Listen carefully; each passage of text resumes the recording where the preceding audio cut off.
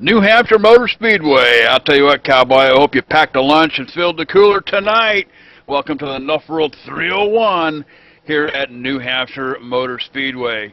And last week at Daytona, guys, I'll tell you what, our pole sitter here tonight at New Hampshire, Popolowski, he took it from the pole to the checkers at Daytona last week, guys. So Popolowski on the pole here at New Hampshire here tonight. Popolowski also up 6 positions this week, so sitting in the number 5 spot. We'll get to that here in just a minute. Hey, I'm JD the Cowboy, and working the booth with me tonight is Ben Kilcrease. Of course, John the Bad Boy Wrestling, we call him the Legend. Other people call him Magic Fingers, working the cameras for you tonight. Dwayne Hall joining us in the booth here tonight as well. Ben, New Hampshire Motor Speedway, Cowboy. It's going to be a tough night, I think.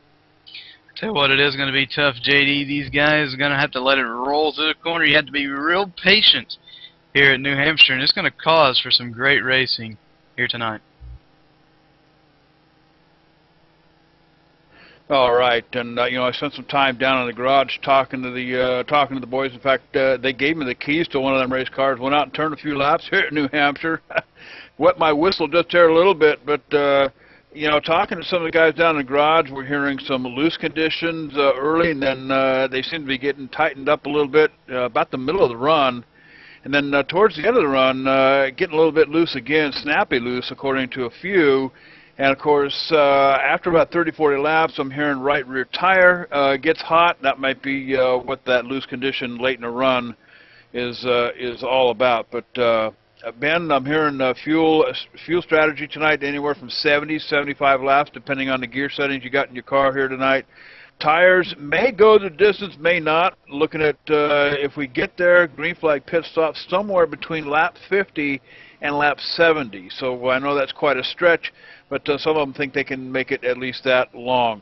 Other guys were talking about blowing some tires during practice late in the run, right close to the max tires, which is going to be about 70 laps. So look for that here tonight as well. Yeah, I tell you what, these guys are going to have to be easy on these tires. Like you said, that thing will start getting loose with them. They'll step out, cause them to spin, maybe cause a crash or a caution. Just got to be really easy on the tires here. You can't. I mean, you can go for it a little bit in the beginning. Got to get track position. Track position is key here. But on the other hand, you got to be conservative on your tires as well. You bet. New Hampshire Motor Speedway, I believe it's a 1-mile track, if I'm not mistaken. Why don't we go ahead and take them down through the points here and let them know who's who and who's where here at NuffWorld, the HD Radio Cup Series here at NuffWorld. Sitting at the top of the pile is Britain. He's 682 points towards the good side here. He's no movement this week. Finished 6th at Daytona last week, and then right behind him, 119 points behind, is Reynolds. Reynolds, I believe, finished in the top 5 last week at Daytona in 3rd. Yeah, right behind Reynolds is Binge. He's 171 points behind Britain. Britain has quite a comfortable lead over the top, or comfortable lead over everybody, and behind Binge is Mahana. You bet. Mahana, I think he was absent from Daytona last week, guys, so he's got some ground to make up here, slipping down 1 notch. Right behind him, as we just mentioned a minute ago, up 6 positions this week, guys, finishing with the trophy last week at Daytona. Popolowski, 186 points behind the leader. So looking for a good finish here tonight. Of course, the bonus points qualifying on the pole here at New Hampshire is going to be a big help. And then in 6th position, up 2 notches, is Busa, 188 points behind the leader.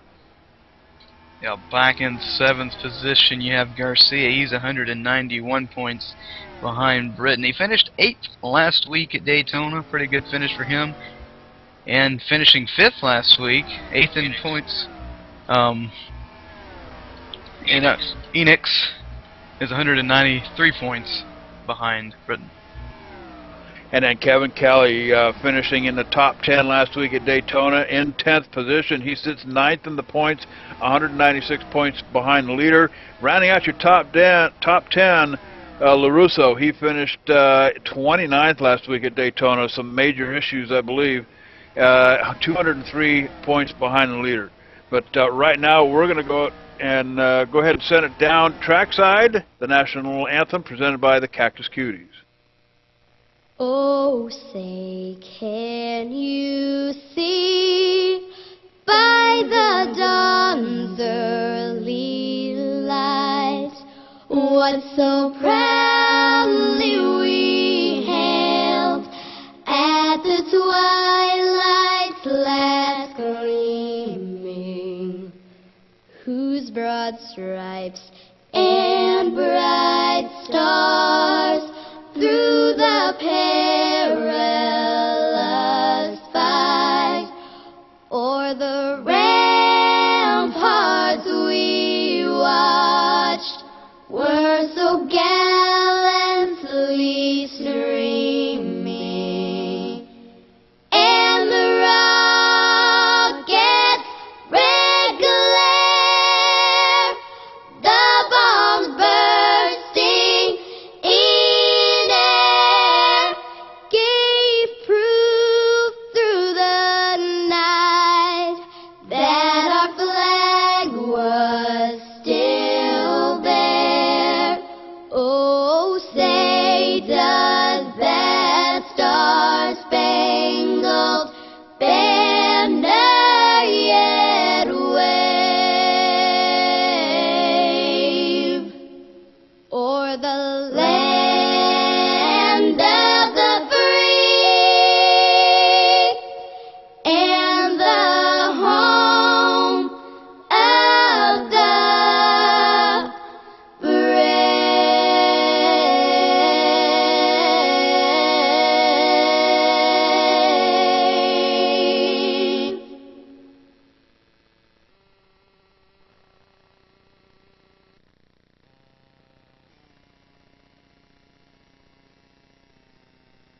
Welcome back to New Hampshire Motor Speedway tonight here with the guys from NuffWorld. This is the NuffWorld 301, and thank you to the Cactus Cuties for a wonderful rendition of the national anthem. Let's go ahead and take them down through the lineup here, Cowboy. Jay Popolowski starting on the pole here tonight in New Hampshire in that number 1 position, winning at Daytona last week. And driving the number 41 machine is going to be Kyle Lent. He's sitting on the outside in that 2nd position. In 3rd is going to be Jay Enix. He'll be starting on the inside. Outside him is going to be Benji for 4th position. In 5th is going to be Ben Pertain. He'll be starting in that 5th position. And 6, you got Carlos Garcia right behind him. Samanto in 7th. On the inside, or excuse me, that's the outside of Samanto. That's Jay Biddle on the inside of the 5th row. St. Jean. And on the outside of him, Tony Ball. That's your top 10. And starting in 11th position is going to be Chapman. Starting in 12th on the outside, on the inside is going to be Vasquez. On the inside of the next row, Nahana. On the outside of him, Kelly. Starting 15th will be Hamrick. Starting in 16th position on the outside, Martin. And 17th. Row behind him on the inside, Jay Hinkle. On the outside, Montefari. And starting in 19th position is going to be Gene Summers. Starting 20th on the outside is Ed Wilson. JD Green Flag is out here in New Hampshire. All right, no time to go down through the lineup. Quick pace lap here as Popolowski picks it up. We are off running here at New Hampshire Motor Speedway. Kyle Lent hanging on to a number 2 position up here on the outside. Now look for these guys to sort of take it easy here. Word has it that they ran a practice race here earlier in the week, guys. They had a number of cautions early. Things seem to have settled out here a little bit, so maybe hopefully they'll learn a little, a few lessons here this week in that practice race and keep this thing going. But so far so good. Set for, I believe it's 300 laps here tonight, guys. Yeah, this is going to be a great race, and I tell you what, Lynn is all over the rear end of Popolowski. That's a battle for the lead up front here. Kyle Lent driving that number 41 machine. I've seen him race before. He's usually a front runner, pretty much a top 5, top 10 You know, and I remember him back in the Race Some Nation days when we used to run. John and I both used to race there quite some time ago. Kyle Lent was a newcomer back then, but I'll tell you what, Lent was a front runner. Like I said, easily a top 5, top 10 finisher. He's looking to the inside of Popolowski. Lap traffic. Doesn't play a factor in it. Lent to first. As Lent moves up into the lead, we've got lap traffic already here, guys.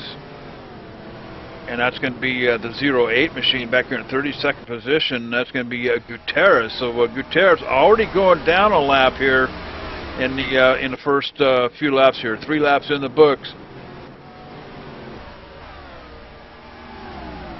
So field works their way around the 08. Looks to be giving them as much room as they need. Popolowski having a little bit of problems though getting around him. Maybe his car's not hooked up real good on that outside. Yeah, you know, at New Hampshire, it's the kind of track I think you got to set your car up for either running the bottom lane down there or running the top lane up there. And I'm sure it's going to be a matter of wedge adjustment, tire pressures possibly, you know, to get the thing settled in. So, you know, I venture to say that some of these guys will be real good on the outside, not so good down at the bottom, and of course vice versa. Popolowski, of course, hanging on to that second place up here. Of course, this might be some evidence here, Ben, of Popolowski maybe backing off just a little bit, keeping Kyle Lent in view, just to run it out here a little bit, get the tires warmed up, and you know, set the rhythm up here and get a good run in. That could quite possibly be it. Popolowski might be holding or saving his tires here in the early run. Maybe try and run down Lent in this final, or on the final laps on these tires here, and try and get around him. But we'll just have to wait and see. Gutierrez kind of putting up a roadblock here a little bit as traffic kind of piles up behind him here, but he's doing a good job letting these guys get around him safely. 6 laps in the books here at New Hampshire Motor Speedway with the NuffWorld guys, HD Radio Network, of course, along for the ride. I see HDRN Phil, Superstar Phil, super producer, I guess they call him, over at HD Radio Network. He's along for the ride tonight in the chat room. Always good to have you along, Phil. I'm not quite sure why you're not in the booth up here with us tonight, Cowboy, but welcome to the race at any rate. Tell you what, JD, looking back further in the field, battle for 15th. That number 3 car of Kelly is falling back. I don't know if he might be saving his tires as well. But a great battle, side-by-side action. Kevin Kelly, another radio personality. If you ever listen to the NuffWorld radio over there, go to NuffWorld.com. And I believe you can also get it off of the HDRadioNetwork.com as well. But Kevin Kelly, a radio personality, DJ, listen to him. I believe he's got a show on Saturdays. I'm not quite sure what time it is. Maybe Phil can put the time up there in the chat room for me. But some good stuff on HD Radio Network. Looks like we got one in the wall already, too, guys. I'm gonna see if I can't go back around. I saw somebody get real dangerously close to that wall. Not sure if he took any souvenirs with him or not. JD, I think it's going to be a little tough for HD Phil to type in the chat room. He's supposed to be in this race, although he's 4 laps down. Yeah, I see his car down there in the garage. Don't know whether the crew's still working on it down there. Maybe they couldn't get it started. I don't know. But Phil Foltz driving that number 51 machine usually doesn't appear that he's going to be able to get it started in time to have anything for these guys here tonight. 10 laps in the books here at New Hampshire, guys. Things are looking pretty sweet.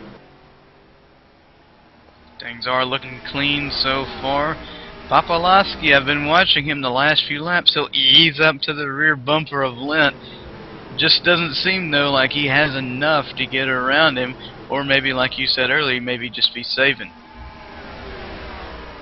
Yeah, in fact, here in about 19th position, Kelly falling victim to that number 8 machine of Busa.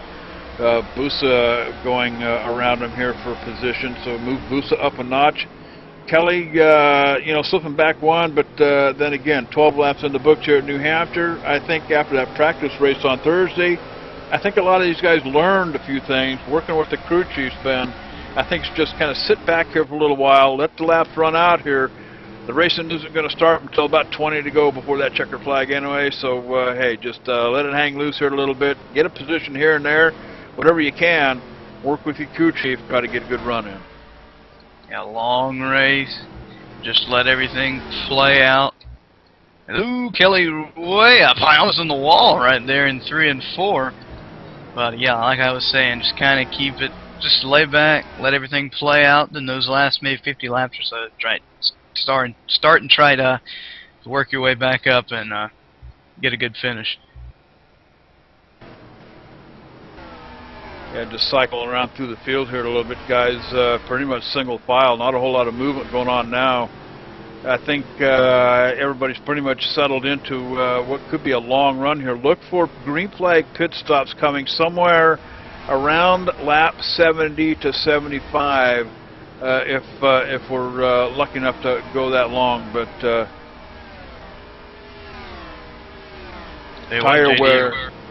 Go ahead. While we were looking back there in the field, Enix has worked his way around Papalowski. Enix is up to second. Now he's on the rear bumper of Lent.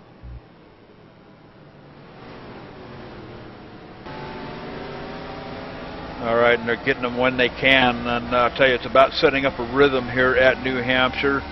And, you know, you just, you know, you're on the throttle, off the throttle, on the throttle, off the throttle. You just set that rhythm up.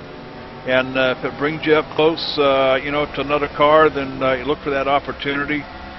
When it comes, take advantage of it, and then, you know, back into that rhythm again. So, you know, this is the kind of track where you got to race the track first before you start taking on the competition. I mean, you can get what you can get in the first couple of laps, but you got to take care of those tires eventually.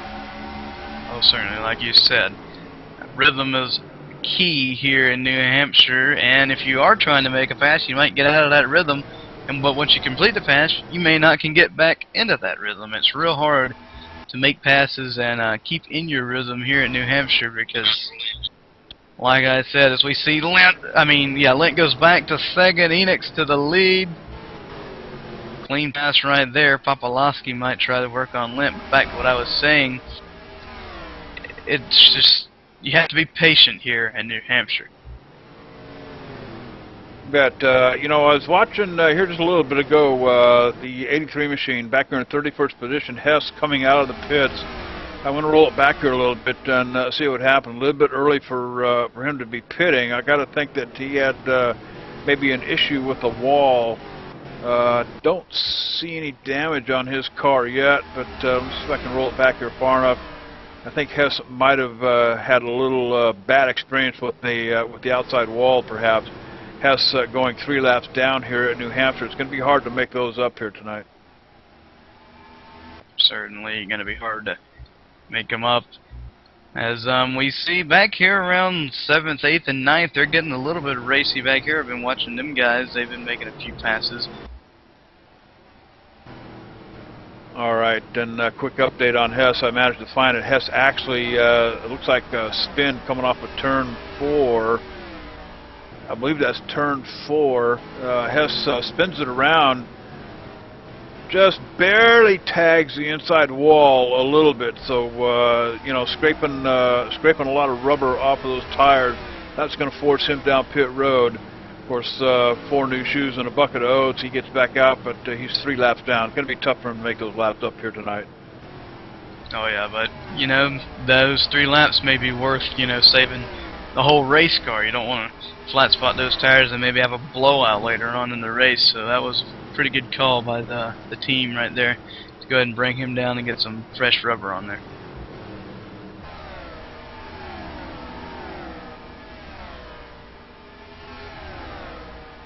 Kevin Kelly slipping back a couple of notches again. Kelly in 21st position now, guys, in that number 3 machine. So Kelly either backing down here just a little bit, saving his equipment, or possibly developing some handling issues on that number 3 machine here tonight. Up in front of him, let's take it up to 16th position up here, guys. Hamrick up on the outside was 2x2 with, I believe that was Hinkle, if I'm not mistaken, but Hamrick, looks like our first caution of the night, guys. Yeah, the number 14 of Hibbett has turned it around in turns 3 and 4. First Kevin caution. Hibbett. First caution of the night. That's going to be, looks like he's running about 27th position back here, guys. And, oh, that was who was next to Hamrick, guys. Let's send it on down to Magic Fingers for the E-Wine. John, what do you got, bud? And JD, let's see if we can cue this up. See what happened here. He's racing really hard side by side here.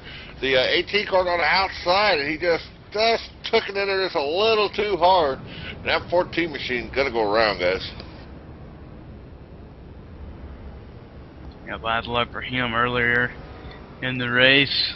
Maybe go put some fresh rubber on it, get right back out there and contend.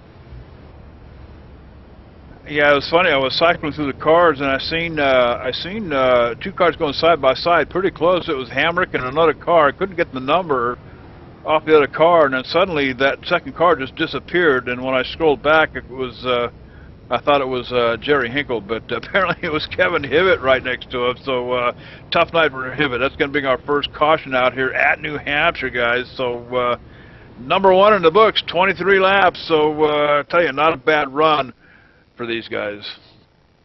Yeah, not so bad. Clean run early, and as we head down up front here, almost all the lead cars on pit road.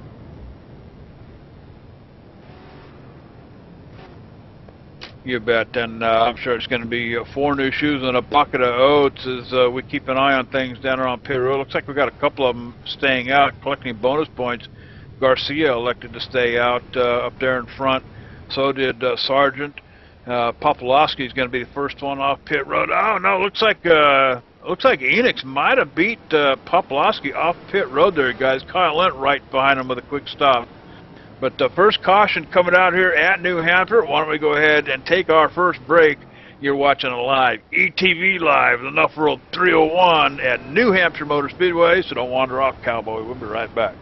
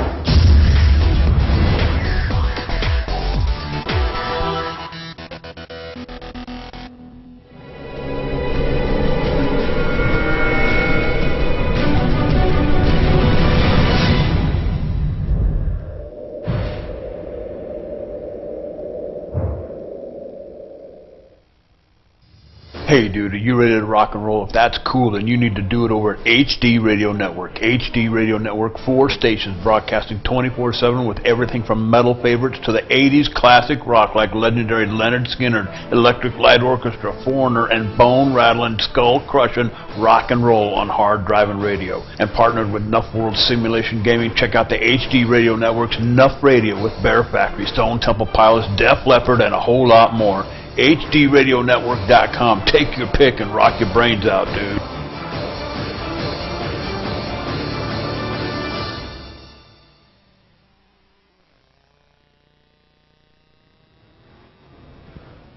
And welcome back to New Hampshire Motor Speedway here tonight with the NuffWorld boys. I'll tell you what, make NuffWorld your world. NuffWorld.com. If you're into gaming, cowboy, I'll tell you what. It's a gaming world over there, NuffWorld.com. Sargent electing to come down pit road this time around. That's going to set him back quite a ways, but I got a funny feeling when it's all about bonus points, they do make a difference here in the run, but in the points run here. But I just had a little note passed to me, guys. I want to mention the fact that Busa out there, who's right now being shown in 10th position, he started in 28th here tonight, Cowboy. Now here's the deal. He's driving one-handed, Ben. Word has it that he had surgery last week. We hope that's coming along pretty good for him. But Busa, starting 28th, driving one-handed, managed to put that thing up inside the top 10. I don't see how he's driving it one-handed. I doubt here stole one of them guys' cars down there earlier. Jumped out here. I could hardly do it with two hands. But he's doing a great job. And it'd be something to see him win here today at New Hampshire. But the lights are off on the speedway. They're double file. We're getting ready to crank them back up this time by. You've had Popolowski, Enix, Lent, Breton, and St. Jean, your top 5 on the restart here, Cowboys. So I'll tell you what, we got some heavy-duty racing coming our way. 27 laps in the books. Getting ready to take the green one more time here at New Hampshire Motor Speedway. Long night ahead of us, so I hope your coolers are filled to the brim as Popolowski gets ready to take the green flag. Green flag back in the air. Popolowski chose the outside on that on the restart. Enix, look at he dove it down into turn 1. Popolowski a little bit high up out of the groove. As they get side by side, Kyle Lent taking up the 2nd position. You get to round Popolowski. Retain back there watching all that take place in front of them. But I tell you what, Cowboy, these guys are working hard to stay up here inside the top 5. And in the meantime, back behind them, Benj and Bertain going at it. Bertain backing up here a little bit, going to let Benj have that position here. Probably a smart thing to do. Still a whole lot of racing left to do here at New Hampshire. So look for these guys to duke it out here for about the first 3-4 laps after a restart, like they are back here in 6th position. Mahana up on the top side, looking for a 3 wide. Looks like Ball's going to think differently about that. He's in that 84 machine in 7th position. But I tell you what, 2x2 coming through the turn 4 here down the front stretch.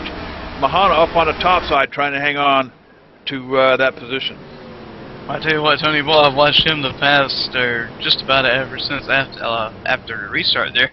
He's made a few good decisions of not going 3 wide.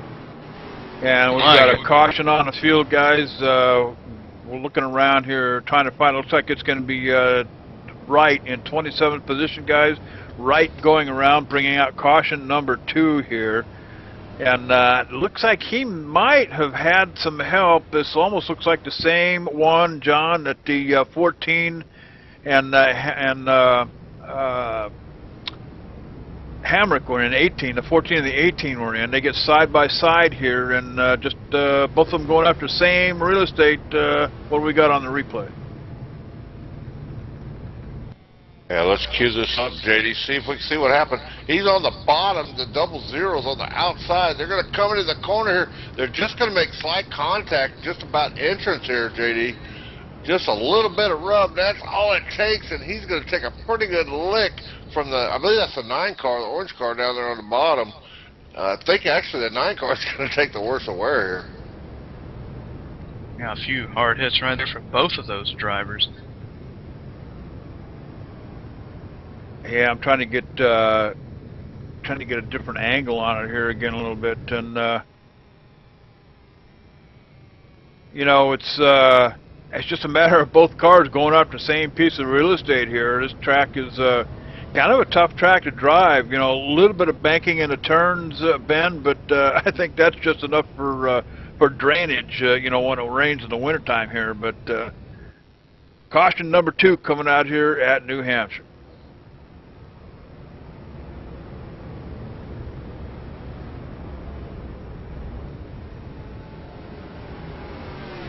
And that's going to bring a few of them down pit road. Enix gave up the lead to come down pit road. He gets 4 fresh rubber tires right there. Kevin Hibbett in that 14 machine also taking 4 tires and fuel as well. Hibbett, of course, involved in that first caution back on lap 24. So I'm sure they're still making adjustments. Kelly also on pit road. Kelly taking 4 tires. I believe Kelly's probably working out some kinks on that yellow number 3 machine in his as well. But 32 laps in the books here at New Hampshire Motor Speedway. I guess we should do some plugs here. Let me tell you about the VRC Mark II virtual racing seat. Now I'll tell you something, if you ain't got one of these things, guys, you need to hook up with one of these. A simulation racing cockpit designed by a championship race car driver. Now this isn't some kind of a backyard welding shop type of deal here. This is a fully planned out, designed racing chassis by a race car driver. Now who better to build one than a championship race car driver? He understands what it means to have a comfortable racing seat for the 3-4 hours that you sit in front of your computer. The design features a fully adjustable racing seat and frame, additional monitor stand and shifter mount sold separately, a high quality and affordable alternative to those others that cost thousands of dollars, and I've seen them. $349 plus shipping. You can take a look at it at BobEarlRacing.com. Order one today, BobEarlRacing.com. I'll tell you what, JD, there's nothing like having your own seat designed by a real race car driver. And like you said, he knows what it's like to be in a race car. So, yeah, those seats are definitely worth the money right there. Checking the chat room over here. Corvette Dave in the house. And I'll tell you something, Cowboy. Corvette, you gotta... I should get all over your case for not getting back to me, but... Gotta send me an email, guys. I've been trying to get with you and Mike here for quite some time. I still want to do that. So shoot me an email, dude. Let me know when you're available. Let's get in a TeamSpeak and yak one of these days. Corvette Dave watching the show tonight, along with Shooter over there in the chat room, and Phil Foltz was supposed to be on the track here tonight in that number 51 machine. It's still sitting in a garage, guys. So Phil Foltz from HD Radio Network not going to make the race here tonight. Sad to hear that, but meanwhile the lights are off on the speedway. Drivers are doubled up. Papalowski's going to start on the front row. He chooses the inside bench to his outside. All right, then Bertain, Ball, and Busa back there in back. Busa moving up inside the top 5, guys. One-armed tonight, driving with one hand as we get the green flag. Papalowski's got a pile of them on that front seat up there, Cowboy. And I'll tell you what, it's a mad dash going into turn 1. Busa pouring the coals on to the number 8 machine, side by side with the 15. I'll tell you what, Cowboy, Busa is on a move here at New Hampshire. I don't know what happened to Benj right there. He just did not get off the line real good right there. So maybe a little spinning the tires as Papalowski leads off of turn number 4. And Benj goes way wide up in the turns coming off turn 4, heading down the front stretch here. He's going to give it up to Tim St. Jean, that 45 machine alongside here. Now, something I've been watching here on these restarts, Ben, and the caution is out again here at New Hampshire, and this is something that we were told here a while back. We might see a number of cautions here early before they start getting things worked out here. So caution number 3 here at New Hampshire, and looks like it's going to be the 99 machine of Jenkins. He's in 29th position right now, John, so going to roll it back here on my monitor and see if I can pick it up while John tries to bring it up on the rewind. Looks like he might have had some help out of right, too, guys, coming off the turn. And just kind of boots him around. Let's go down to Magic Fingers with the E-wind, John. Yeah, JD, let's see if we can cue this up one more time. So it looks like he might get a little bit of help here, guys. He's going to get to pit road before I think it was scheduled. Yeah, I tell you what, Don, you don't want to go down pit road that way. No, he's going to come out of turn 4 here, and that 4 car is going to give him a nice little boot and say, "You're too slow, go get some fuel or something." And he's just going to take a long ride spinning down pit road. I tell you what, JD, we went 22 laps in the first little segment without no cautions, and we haven't went 5 green flag laps after that. Seems like right now cautions are starting to breed cautions. You know, talking to these guys in the garage here earlier, when they, you know, like you, they they tossed me a set of keys that here, take a ride. But they were talking early that there might be some cautions early in the race here tonight until things kind of got settled down here a little bit. So 311 laps on the board here at New Hampshire. We're only 37 laps into this thing, Ben. So it may take us a while before they start getting things settled down. What I've been trying to say on these restarts too is, it's all about position, but you got to get it early. You got to get it in the first 3-4 laps on a restart. Otherwise, it's going to be too late. You just got to settle in, settle back, get the rhythm going, get them when you can. But that first 3-4 laps is really where you really want to try to get the position. Yeah, like you said, the cars are the closest they're going to be on these restarts, and sometimes you really have to force the issue to get track position, and calls for some great racing on the restarts, but it also causes for some cautions, which we've seen. Frankie Samanto in that 23 machine coming off of pit road, 4 new shoes and a bucket of oats for him, and as well as the 03 machine of Turner, Garcia, Enix, Sargent, Wright, and Barden in that 31 machine, all visiting pit road down there. So long ways to go here, 38 in the books. Want to go ahead and step away, take a quick commercial break. You're watching live, ETV Live, New Hampshire Motor Speedway. Don't wander off. We'll be right back.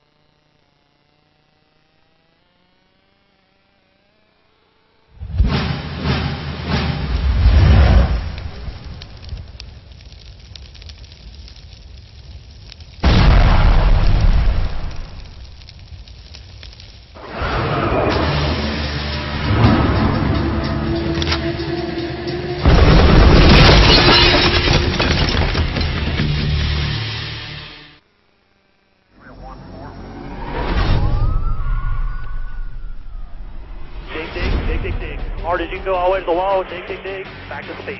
Tires looked awesome too, bud, and there at the end you were mowing down those guys pretty quick. Guys, bearing down on your 20, hard and fast.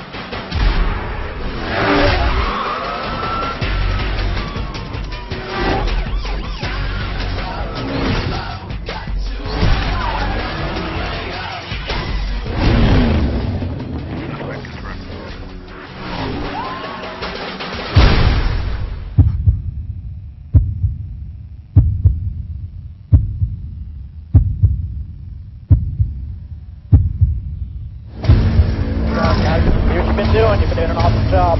Get us one tonight. Nice car, hold on. Flag, green flag.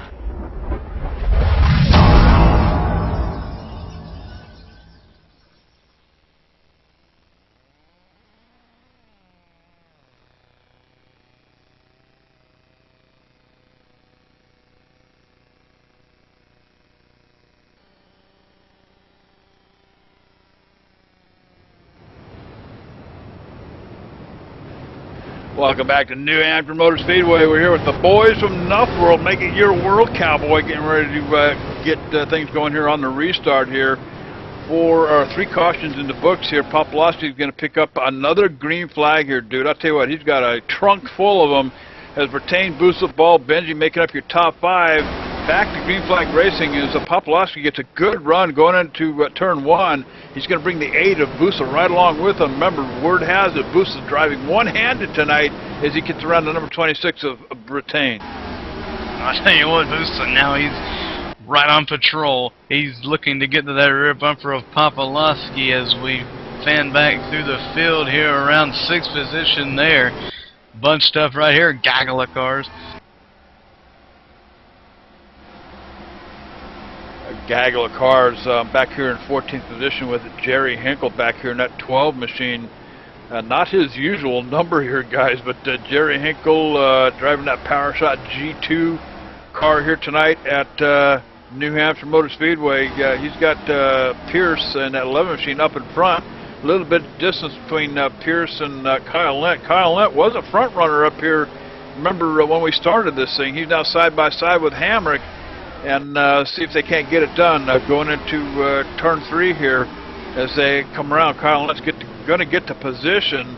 He's got Chapman dead ahead in that 00 machine. So Kyle Lentz trying to move that machine of his, that 41 car, back up to the front where he started, guys. Meanwhile, back up front, look at Busa. He is right on the rear bumper of Popolowski. That's a battle for the lead.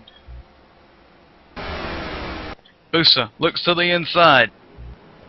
Popolowski up high. They're side by side for the lead off of turn number 2. Coming down the backstretch here, Busa still trying to duke it out up there with Popolowski. Popolowski having a good run on the top. Busa's down low on the apron. He's going to get to position, coming off a 4 down the front stretch. Score 1 for Busa. One-handed machine here tonight. I'll tell you what, Busa starting in 28th position, guys, has moved all the way to the front here. 45 laps in the books at New Hampshire. What a ride that number 8 machine's having tonight, Ben. Yeah, bump Busa up to first. Doing a great job. Meanwhile, back here in 6th and 7th, they're still duking it out. Excuse me, that's 7th and 8th between Biddle and Vasquez.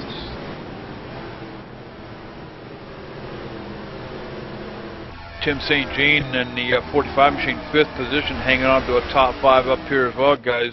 He's just got the looks of just kind of settling in here, driving that Hustler machine.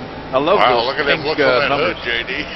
Yeah. Whoa, baby. Tell you what, you get it close up there, dude. I'm sure glad this is this late night TV? What's the deal here, guys? I didn't know that ETV Live had one of them X-rated channels. All right, what a close-up, what a good shot of that Hustler magazine machine there on Tim St. Jean. Tell you what, I'm gonna try to meet up with him a little bit later on, John. I was able to get a hold of him earlier, so we are gonna hook up after the race here tonight. Yeah, let's get back to buddy of mine. He did a lot of work for ETV, JD, and I've been emailing him for probably 6 or 8 months. He won't reply to me. I don't know, maybe the Canadian exchange or won't let him go past the border. He is Canadian, so maybe there's just a long delay. Maybe 6 months, JD. Yeah, it could be. Hey, watching Montefiore here, he's in 10th position in that number 97 machine as Kyle Lentz gets wicked loose coming off turn, slides right up in the front of that 97. But Montefiore looked like he was having a little bit of difficulty coming off the turns here, Ben. I seen the back end of that car break out just a little bit as he comes off a 4 in pretty good shape. But keeping an eye on that 97 machine here, losing position to Kyle Lentz, slipping back, still inside the top 10. But I tell you what, up in front of them, Vasquez having a tough night. He's in that number 1 machine, gets a little bit loose coming off of turn 2, down the backstretch here, going into turn 3, the 99 coming off pit road, looks like down there on the bottom. Yeah, Kyle Lentz, I tell you what, he is looking strong. He is picking them off one by one. Self-retained, he bounced off the wall. Vasquez got past him as well as Montefiore. You bet. Check the brake smoke coming off the tires up there, Cowboy. I tell you what, actually that might even be rubber coming off those tires. They slammed the brakes going into the turns. You see a little bit of smoke coming off the tires down there. But let me tell you something about Kyle Lentz. He's not long to stay in the back, and it's not very often that he starts in the back. So you know, if he does, it's going to be a quick trip for that young man to get that 41 machine all the way back up to the front. But Kyle Lentz starting near the front here tonight. Kind of went backwards here a little bit, now fighting back, currently running in 7th position, so Kyle trying to work that machine back up to the front. 51 laps in the books here, Cowboys, so things are starting to settle out here once again, and looking back through the line here, pretty much single file, not a whole lot of action going on. The 99 car, Jenkins coming out of the pits one more time here. Got to think Jenkins having quite a bit of difficulty. They have to enter the track on the backstretch here, so it's a very slow ride coming off of turn 1 here, turn 2, down the backstretch. I'll tell you what, Kyle Lentz, that thing looks like it is just shot out of a rocket. He is passing cars left and right, always sideways. What a save by Lentz. My goodness. That's about as sideways as you want to be in a stock car. And That happened over there in 3 and 4. My goodness, that thing was completely pointed towards the inside wall, and he got it straightened back out, going straight and makes another pass on Biddle, bumping Lent up to 6 down the back straightaway. Kyle Lent definitely on a mission here at New Hampshire tonight, guys. And speaking of New Hampshire, we want to remind everybody, or at least give Dwayne Hall a big thank you here tonight, guys. I'll tell you what, this is one fine looking track, and word has it his wife Angela is sitting on top of a holler down here somewhere watching the race. So we'll see if we can't get a shot of that here a little bit later on, watching that replay of Lent back over there in the on the slow-mo on the screen there. I'll tell you what a save by Kyle Lent. That was a heck of a save as Vasquez and Montefiore. That's a battle for 8th. Move Montefiore to 8th. I don't know if Vasquez is going to try and come back on the outside. Doesn't have anything for Montefiore. Montefiore is probably just going to pull away from Vasquez now. Hey, I've been keeping an eye on that 97 machine, guys. He's been getting out of shape coming off the turns. He gets in pretty good shape, you know. And what you see is you let him, you know, you can see him let him drift up here just a little bit off the line, catch it, and then come off, you know, right down at the bottom of that apron line down there. But he seems to be drifting up a little bit too high coming off the turn. Back end looks like it's getting loose a little bit. Montefiore having a little bit of trouble with the exit. So plenty of racing left here to do. 56 laps in the books, 311 on the board. So plenty of time for him to come down pit road, get a couple of wrenches into it, track bar, tire pressure, perhaps a wedge adjustment to help that 97 machine out. But in the meantime, back out front, Kyle Lent still on a mission, moving him up to 5th position inside the top 5. He's got some company, or had some company up there on the outside, but he makes quick work of that. So Kyle Lent certainly on a mission back to the front. Kyle Lent, mission may be an understatement, as he's working on the number 84 of Tony Ball right now. Whoa, almost a little bit of contact down the front straightaway. That was close right there. Welcome to New Hampshire Speedway, guys. It's Kyle Lent. Kyle started on the front row out here, guys, just on the outside of Popolowski. So something happened to him very early in the race, you know, adjustment-wise. You know, came down pit road that first couple of pit stops we've had, making adjustments on it. I'll tell you what, it's working. And Kyle Lent certainly having a pretty good run here early in the race here at New Hampshire. But moving back through the field, got Biddle back here in 7th position. Biddle in the 99 car up on the outside. Oh, contact coming off the turn as Biddle comes out okay, but the 99 car having difficulty here tonight too, guys. He's made a couple of trips down pit road. Yeah, it doesn't look like they can seem to get a handle on that car. Look at this battle for 7. Montefiore, Biddle, Retain, they're all right there. You could throw a blanket over them. You bet. 60 laps in the books here, guys, is Retain hanging on to that position. He's in 9th position, but it looks like they've kind of settled down here a little bit up in front of them. But pretty much single file, guys, all the way back. So this might be the time. You know, we've got 3 cautions in the books out of the way. This might be the time we see these guys settle in here a little bit, start racing the track. As the 08 machine of Gutierrez back here, 21st position, he's going to get the run on Kelly up on the outside down the front stretch. Yeah, Kelly, I don't know. I don't know if you want to really fall back that far. He might have some handling issues with the car, but you never know. It is a long race. He might just be falling back just to ride, and you know, that's what I like to do sometimes when I'm racing. I like to just fall back and then maybe make a charge, maybe halfway around the race, just to see how far really I can charge, and just see what the car does have. That might be what Kelly's doing, that far back. Well, you know, looking over the stats here at NuffWorld, looking over some history here, here's the thing about Kevin Kelly in the number 3 machine. He's got 11 wins under his belt here, career stats at NuffWorld. He's also had 70 top 5 finishes. So I got a funny feeling that that number 3 machine, he's just kind of drifting back here a little bit. I know a couple of guys that you know, they'll fall to the back, kind of ride around. You don't hear a peep out of them, and then suddenly, with 5 to go, you look up in your mirror, and they're crawling up your tailpipe. So Kevin Kelly right now running in 21st. I'll tell you what, Cowboy, it won't be long. I think we'll see him up front. We'll have to wait and find a nice little gaggle of cars up here around the 12th position. That's gonna get tight down the front straightaway.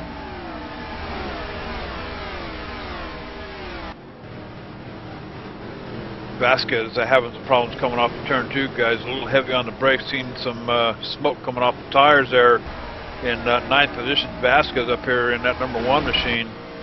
But you know, that's something else evident of some bad handling too. These guys, you know, they try to get into these turns a little bit too hot. You gotta push on the brakes, get a little bit hard. Oh, Vasquez getting out of shape coming off the turn here, guys. Oh, lots of smoke. Lots of smoke. We got one stuck in the wall, guys. Looks like it might be St. Jean. looks like it might be Tim St. Jean, guys, up into the wall. I've seen a whole lot of smoke. That's going to be the 45 machine of Tim St. Jean, guys, as we roll it back here and see what we can't pick. It looks like it might have been a self-spin, John. Looks like he just back end just breaks loose and around he goes. Yeah, Hard looking at the outside a couple wall. of those little hustler girls, because one of them's got to be hurt. He smacked that outside wall pretty hard, guys. Yeah, caution out for the 4th time here today on lap 65. When I was watching before that caution came out, Biddle, he's, I don't know if he's doing it on purpose or not, but it just seems as if he drives it into the corner too deep and goes way, way high. As Kyle Lent has something has went amiss on that car. He's moved it to the garage.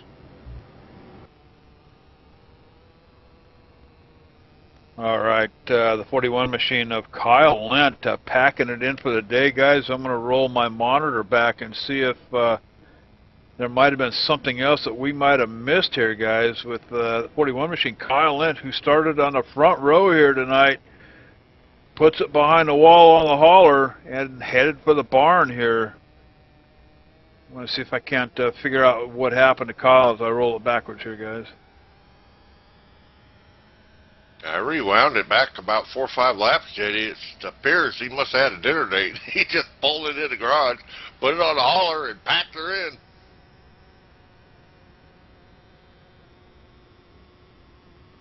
All right. He had such a great car. So he was picking them off one by one. As we see the leaders, they're starting to come down pit road.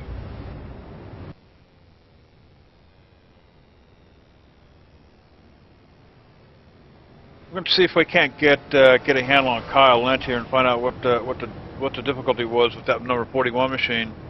But 4th caution coming out here at New Hampshire, and Tim St. Jean having a rough night here.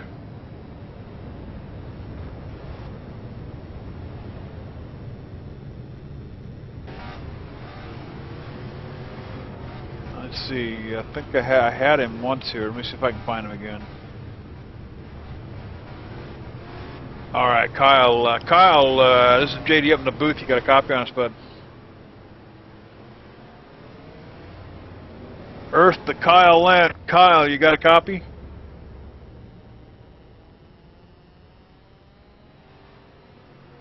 Maybe Perhaps his wife pulled him by the ears, JD, and says, go vacuum the house. I don't know. He might be still down in that infield care center too, for all I know. But we'll hang on here a little bit and see if we can't get him. But in the meantime, busy pit road. That's going to bring pretty much everybody down. 4 new shoes and a bucket of oats, Cowboy, for most of these guys here tonight. New Hampshire Motor Speedway. That was a pretty decent run. About 30 some odd lap run here for a lot of these guys. So Kelly looks like opting to stay out. I think Bertain stayed out the first lap by, and Kelly's going to stay out this time by. Probably just to get some championship points, and I'm pretty sure he'll hit pit road this time by, as Papalowski is going to restart first if Kelly does pit. I can't imagine Kelly not coming down pit road, guys. He's got over 30 laps on that set of tires, so this would be an opportune time as he's coming up. He's going to stay out. So Kevin Kelly looking to take advantage of some bonus points here tonight, but I don't know, Cowboy. You know, this restart is going to play hell on that number 3 machine, I'm sure. Man, if he stays out and doesn't get any tires, he is going to drop like a rock. We'll have to wait and find out, see what he does. Looks like he's opting to stay out here. All right.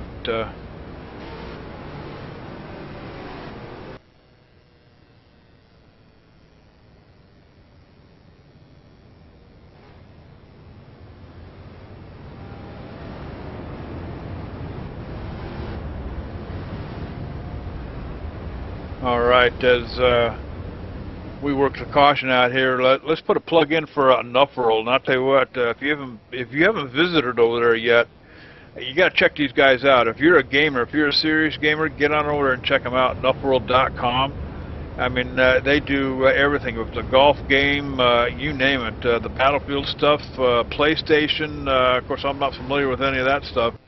But, you know, if you're a gamer, check out NuffWorld.com. Make it your world as we get the green flag here. Kelly, you got to pick it up here tonight. That's his first green flag of the night. Popolowski down here on the bottom, but Kelly gets a good run into the turn. Going to have to get on the brakes real hard here. Going to give it up to Popolowski. Yeah, Kelly, like I said, watch him. He's falling back here on this restart. Oh, contact! Here we go! Oh, the 11 car going around, guys. Caution is out here for the 5th time. That was the 11 car. I just saw that out of the corner of my eye. See if I can't roll it back here and figure this one out. It was going to be the 11 of Pierce was involved in that, I believe. I think he ended up saving it.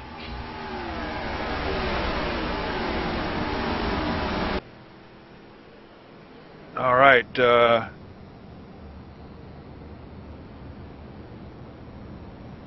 JD, Apparently, that Aaron's dream machine, JD, just lost it in the corner. Kelly barely escaping him. We were talking about Kelly. He was just on the outside of him, and he lost it, and Kelly just narrowly escaped him there. yeah, I'm watching it again here, John. That 11, somebody comes up behind him. I don't know whether that started the whole thing or not. I can't get a good handle on the car behind him, but you know, it almost looks like the 11, like you say, just kind of getting just starting to break loose in the turn. Of course, Kelly right alongside, possibly a little bit of contact there, helping him along. He might have jumped off the throttle, realizing the back end was coming around. I think it was a 15 car. Benji, who might have got into him a little bit when the 11 was getting off the throttle. But caution number 5 here at New Hampshire Motor Speedway, guys.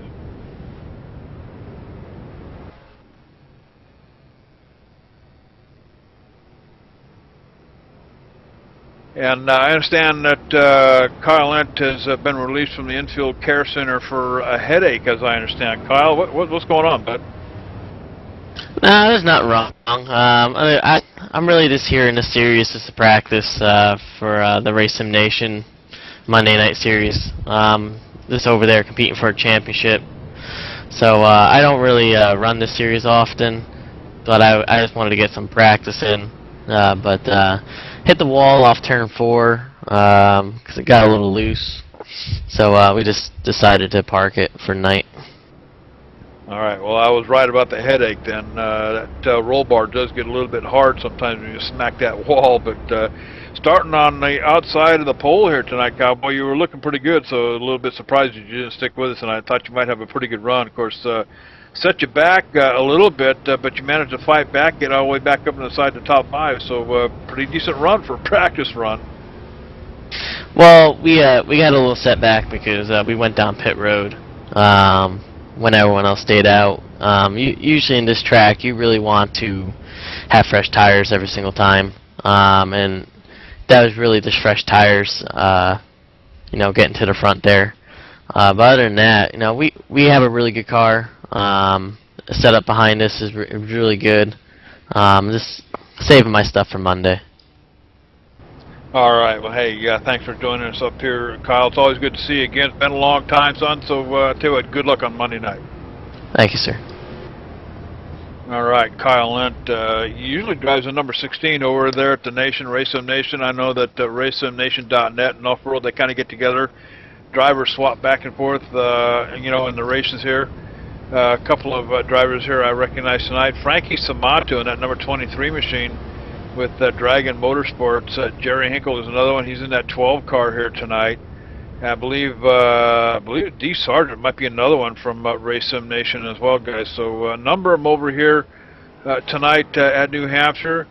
But I tell you what, while we get ready to go back to Green Flag game here, I want to talk to you about the after show here. ETV Live, the leader in sim broadcasting, ingenuity, innovation, and vision. ETV Live has set the bar in providing the best in online simulation out of sports broadcasting. Enjoy the after show, 24-hour network featuring reruns of ETV Live's top racing events. And don't miss our weekly series, Real Sim Racing Full Throttle Cup Series on Monday nights at 9:30 Eastern, and also the Friday Night Showdown at 8:30 p.m. Eastern as well. In fact, the Friday Night Showdown last night, we got one more to go. They were at New Hampshire, so we've been camping out here in the Winnebago for a couple of nights. But remember, ETV Live, the only choice for your sim broadcast needs. ETV-eplay.net as Popolowski picks up another green flag, man. A green flag back in the air, clean restart so far. Racing midway through the field, all throughout the field actually. Let's see if we can't keep it clean for a few laps here and get them spread out and get some racing in. Enix going past Mahana for position here, guys. Mahana currently in 4th position, but Busa giving Popolowski a run for his money up there. I'll tell you what, word has it, he's driving one-handed here tonight, so started at 28th position all the way to the front, Cowboy. I'll tell you what, night ain't over for him yet. 77 laps in the books here, 311 on the board, so lots of racing yet to come here from New Hampshire Motor Speedway. Let's take it back to 9th position back here, the 23 machine. Frankie Samato side-by-side with Gutierrez, the 08 machine on the outside. Gutierrez is going to get the run on Samato coming off turn 4.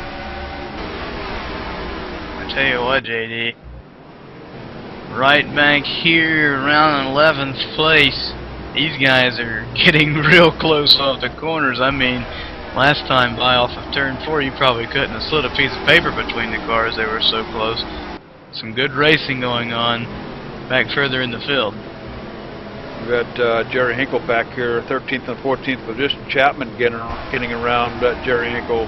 Jerry trying to hang on to that position up on the top side here going into turn 1. Oh, Hinkle gets the boot. Caution coming out again here. 00 involved as well. Jerry Hinkle getting a boot from somebody. Just send it on down to Magic Fingers for the E-Wine. John, what do we got, bud? What happened? Let's see what happens here. The 18's right behind him. I can't quite remember who that is in the 18 machine, but he's going to come down here, and I believe that's who's going to give Jerry Hinkle a little help here. Oh, yeah, he gets some. Jerry tries to get off the gas here, guys, and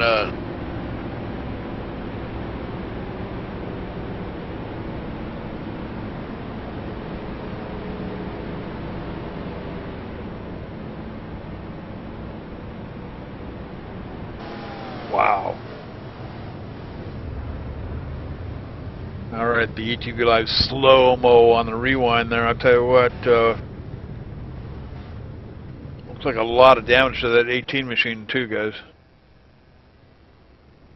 Oh yeah, JD, by the way, before that caution came out, right before it came out, Enix got by Papalowski for second, so it's going to be Busa and Enix first and second. We'll have to see if any of the drivers head on down pit road right here.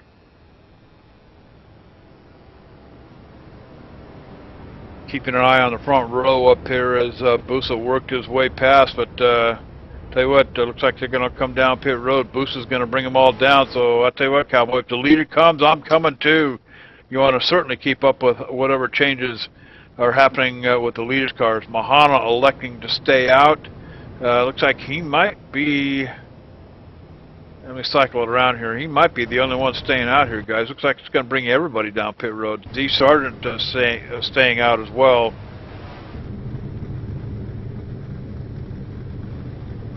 Of course, I think we got a number of lap down cars. Tim St. Jenkins, Hess, and at the 83 machine. Of course, they have to stay out. They can pit the second time by. But Mahana is going to pick up some bonus points here tonight at New Hampshire as well, guys. Yeah, we'll have to see who else. Maybe Mahana may come down pit road right here like we've seen in the last few cautions, and Sargent may stay out and get him some extra points.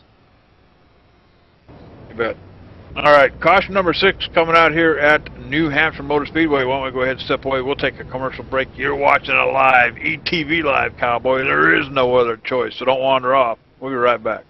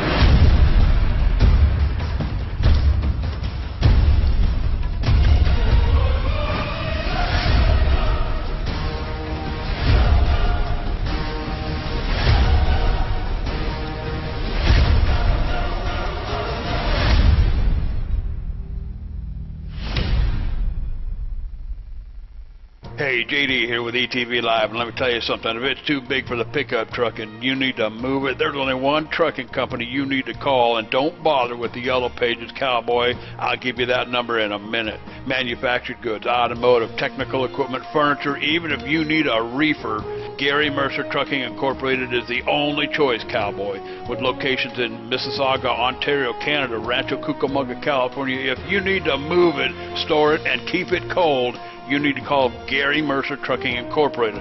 Long haul, short haul, or just across town, Gary Mercer has the best trained and qualified drivers to get your load from point A to point B with professionalism and on time. So remember, Hoss, if it don't fit in a pickup truck, you're going to need a real truck, Cowboy. Sponsors of ETV Live's Friday Night Showdown, Gary Mercer Trucking Incorporated, 1-800-668-2980.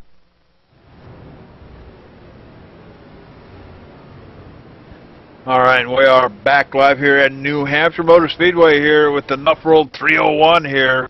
And working caution number 6, the 12, the 18 involved, a couple of them actually, but they got that all sorted out. And, you know, this track here, Ben, is not a drafting track, so, you know, a little bit of body damage is acceptable here.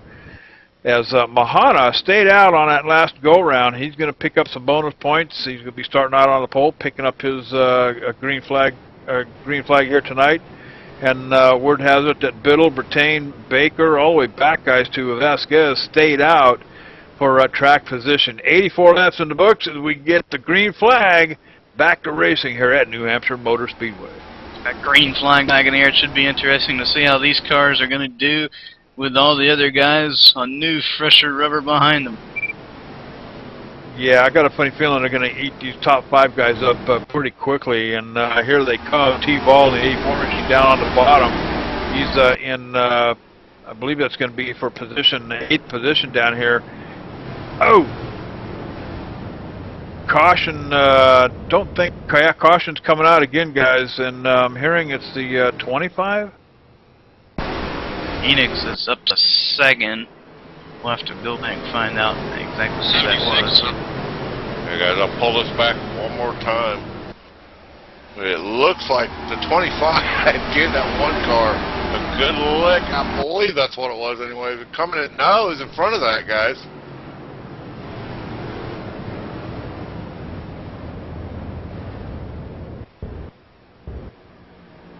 Yeah, I'm looking for it too, John.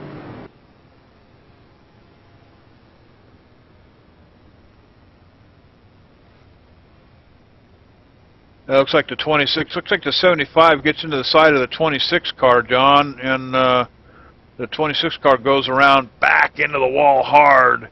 Oh, and the 76 car rides the wall through the turn.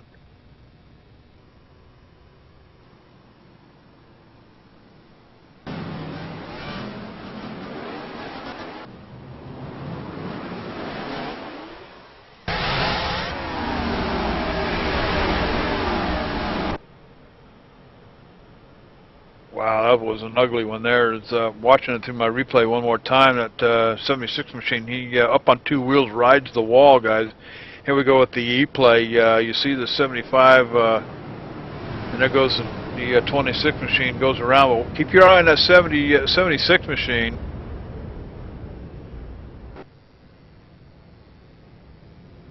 As he took a little ride down the wall there. But 7th caution here, guys, at New Hampshire Motor Speedway. So I'll tell you what, you know, this is what they were telling me the other night. Before the first 100 laps were over, they had caution, several cautions before this thing started settling in. So hopefully we're on the tail end of it here, guys.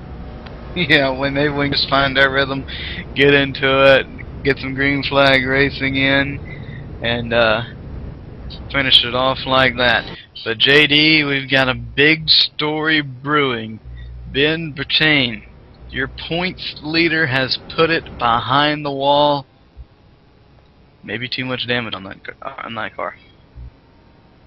All right, maybe we can get a hold of Ben Britton and see if we can't find out what happened down there that has forced him behind the wall here at New Hampshire tonight. Word has it, a lot of suspension damage on that 26 machine, but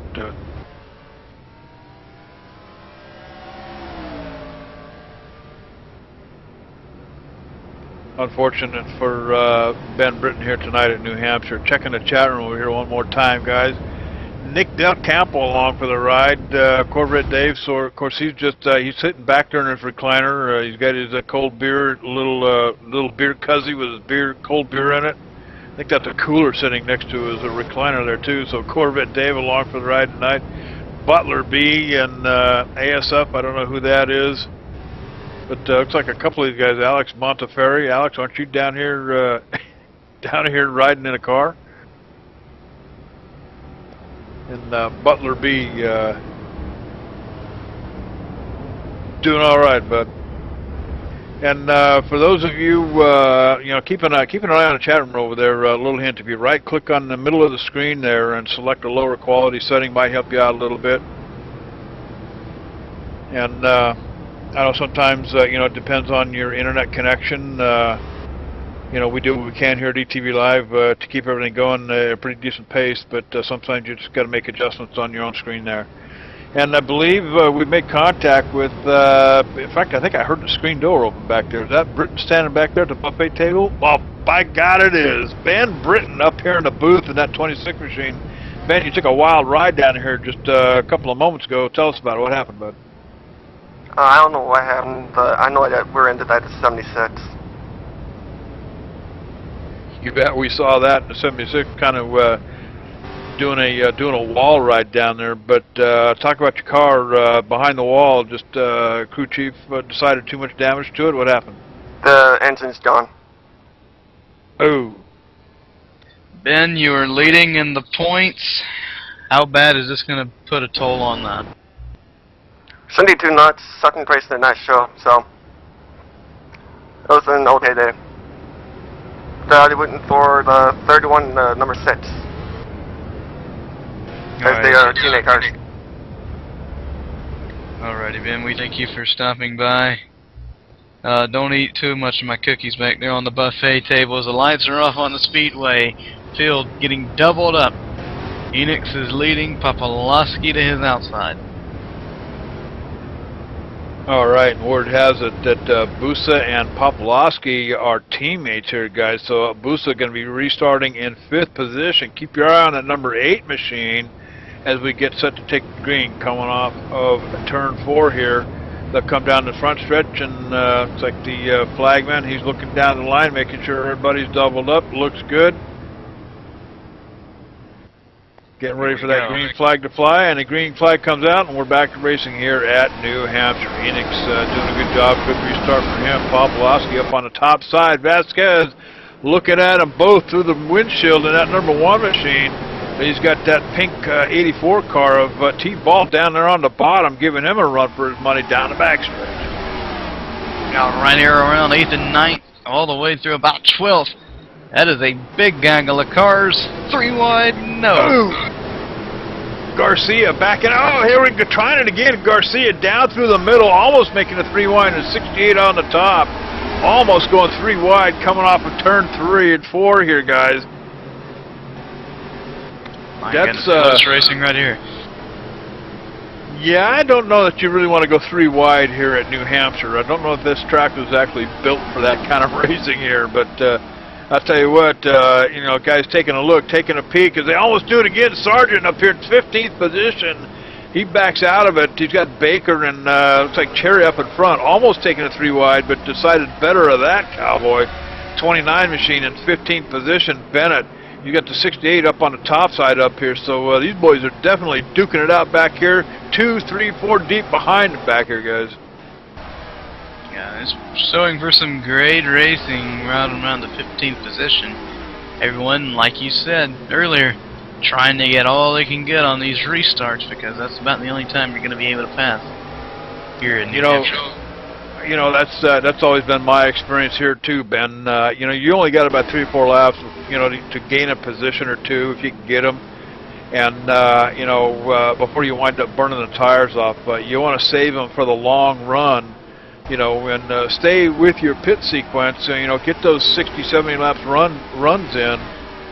You don't want to burn them off too early and get out of sequence. But I'll tell you what, these guys duking it out here for the first 3 or 4 laps, still happening back here right around the 19th position. Jerry Hinkle down there on the bottom. He's trying to go after Baker up there in front of him.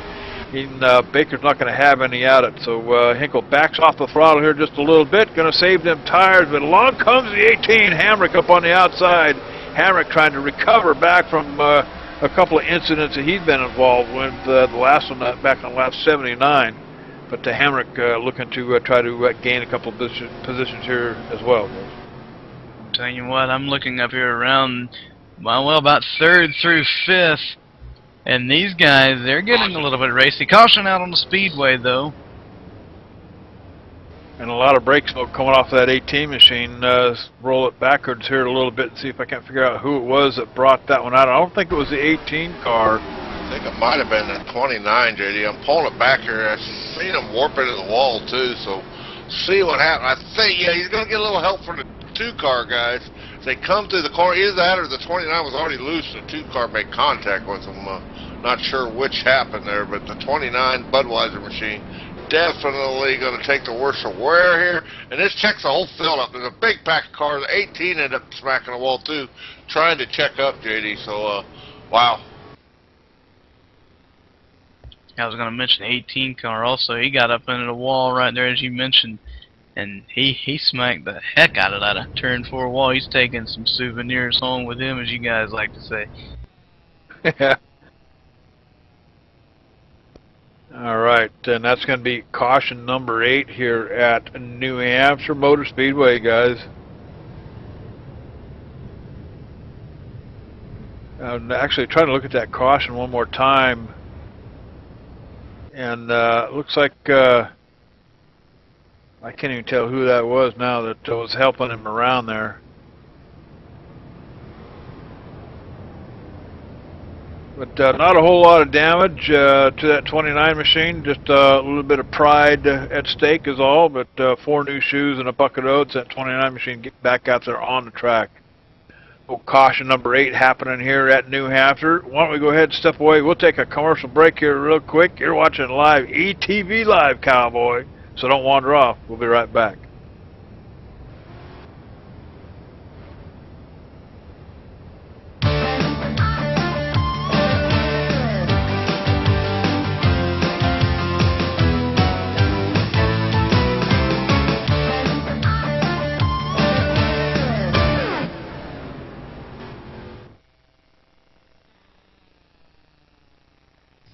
Hey dude, are you ready to rock and roll? If that's cool, then you need to do it over at HD Radio Network. HD Radio Network, 4 stations broadcasting 24/7 with everything from metal favorites to the 80s classic rock like legendary Leonard Skinner, Electric Light Orchestra, Foreigner, and bone-rattling, skull-crushing rock and roll on hard driving radio. And partnered with NuffWorld Simulation Gaming, check out the HD Radio Network's Nuff Radio with Bear Factory, Stone Temple Pilots, Def Leppard, and a whole lot more. HDRadioNetwork.com. Take your pick and rock your brains out, dude.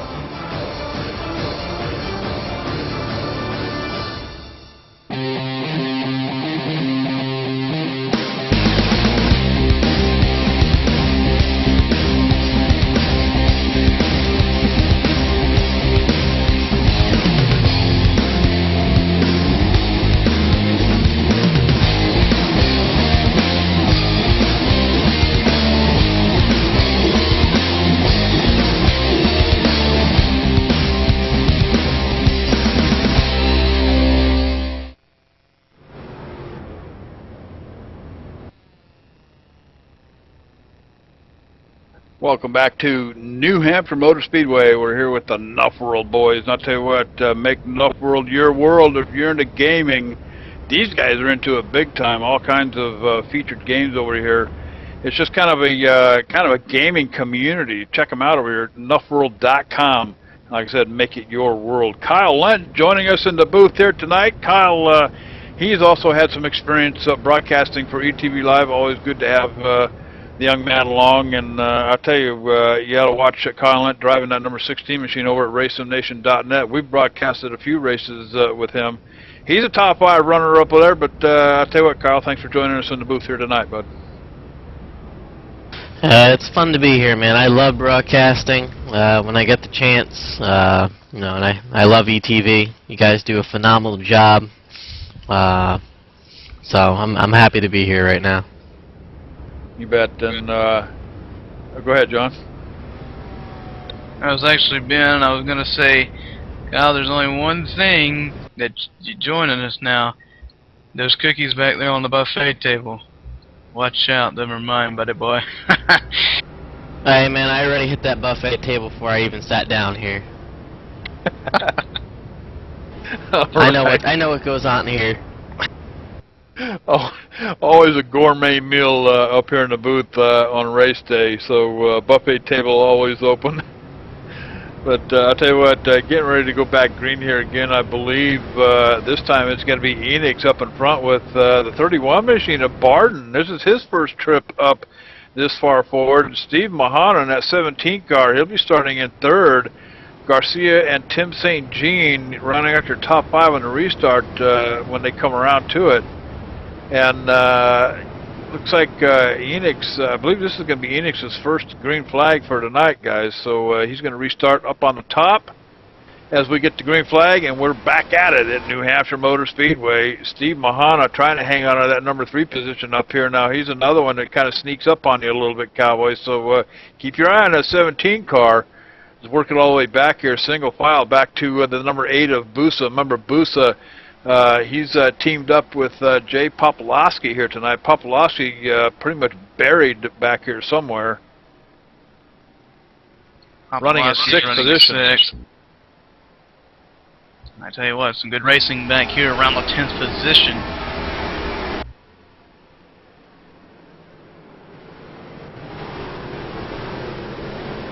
You bet.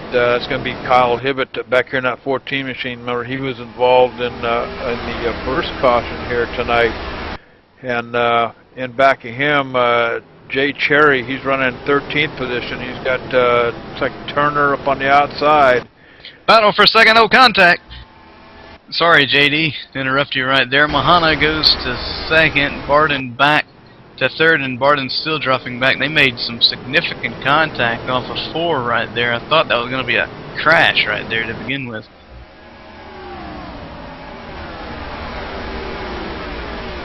"103 laps in the books here at New Hampshire Speedway, guys." And watching that 31 machine of Barden, he's drifting back here now, 7th, 8th position as T-Ball gets beside him. Coming down the front stretch, and it's going to be T-Ball for the position going into 1. Ooh, lots of tire smoke coming off that 14 machine too, guys. Got to think heavy on the brakes going into turn 1, but no harm, no foul.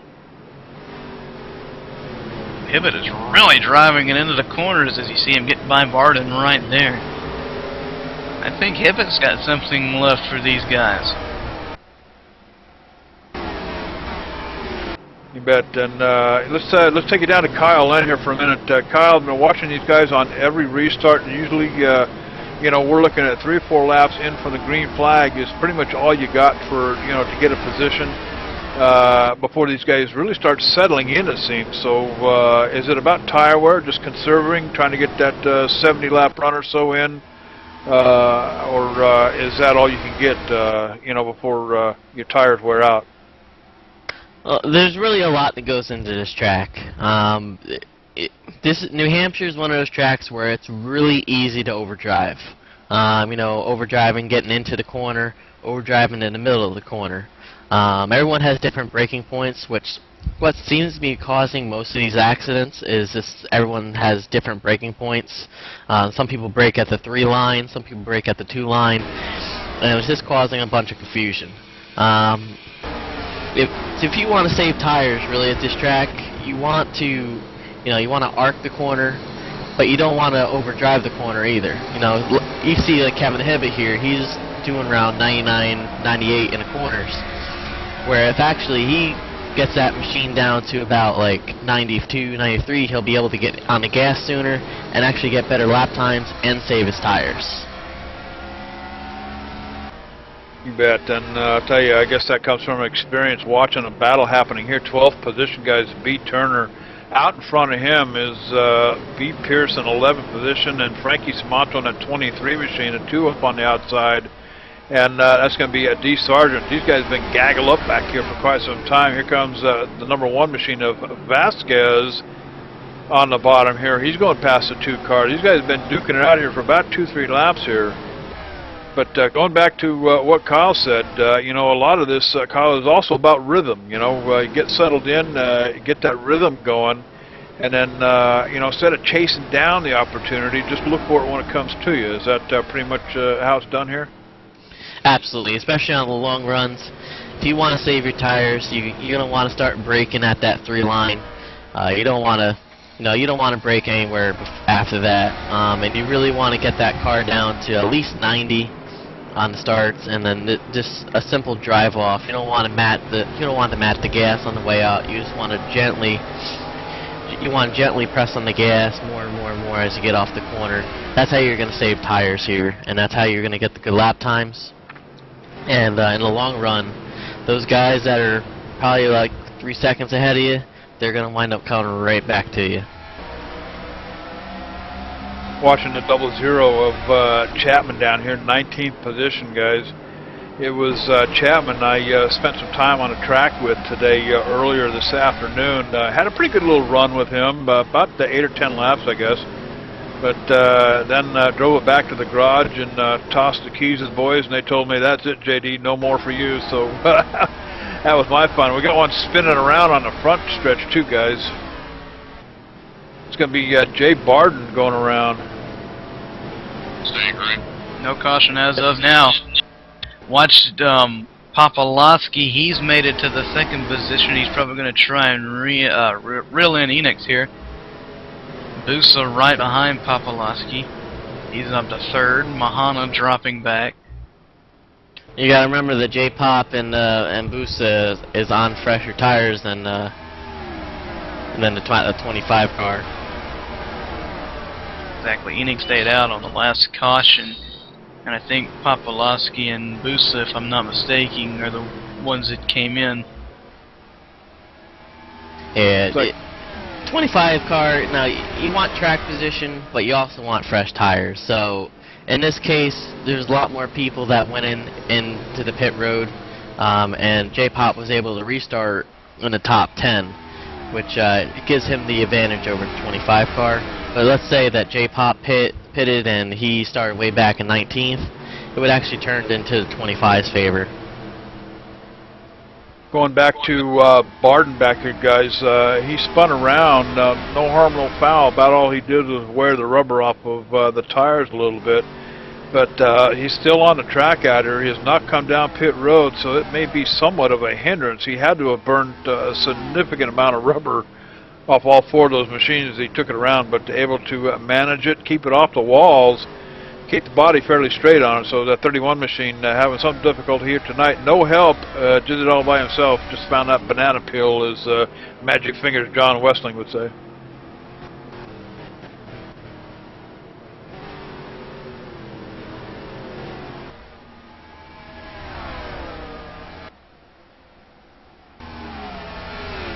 Tell you what, Popolowski trying to reel in Enix. He's doing a good job. He's catching him slowly but surely. Back here in 21st position with the 18 machine oh, another one going around down there on the inside wall. It's going to be the 99 of D. Jenkins going around, guys. I don't think the caution's coming out yet. I'll roll it back here on my monitor and see. This might have been the same thing as the last one. Jenkins going around. Oh, he just taps the inside wall here a little bit, and that's going to end his night. Yeah, that was just a self-spin. No one got in contact with him. Tell you what, guys, in the next few laps, we're going to have us a 3-car battle for the lead. Popolowski and Busa, both of those guys are catching your leader right now, Enix. And this is going to be a dandy right here. They're all right there. Popolowski and Busa working on the same team here, guys, so it's no wonder Busa and Popolowski hanging out up here in the top 5 as they put the pressure on that 25 machine up there in the front. Busa looking to the inside of Popolowski. Popolowski gives it to him.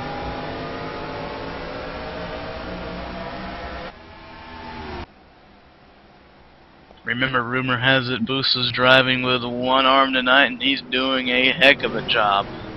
He's drilling in your leader, Enix. Alright, Popolowski and Busa working together to go after the 25 machine, but deeper in the field, guys. It was back around, I want to say back around the 12th, 13th position back here. The 03 of Turner with Cherry up on out. Cherry gets a piece of souvenir off the wall coming off the turn down the backstretch. But these guys have been duking it out here for quite some time. At times 2 by 2 here, coming through the turns, coming off of turn 4 here. Turner side by side here with Cherry up on the top. So you know, when you get to it, you know, it's all about looking for that opportunity. You know, get up alongside, try to get it, and you know, get it over with as quickly as possible. But 121 laps in the books here at New Hampshire. 8 cautions already on the board here tonight, so perhaps we're done with it. as these guys, with all appearance, look like they're starting to settle in a little bit here. 31 of Jay Barden back here in 24th position manages to stay on the lead lap with that little incident to his. However, he's going backwards quickly. Actually, he goes down one lap.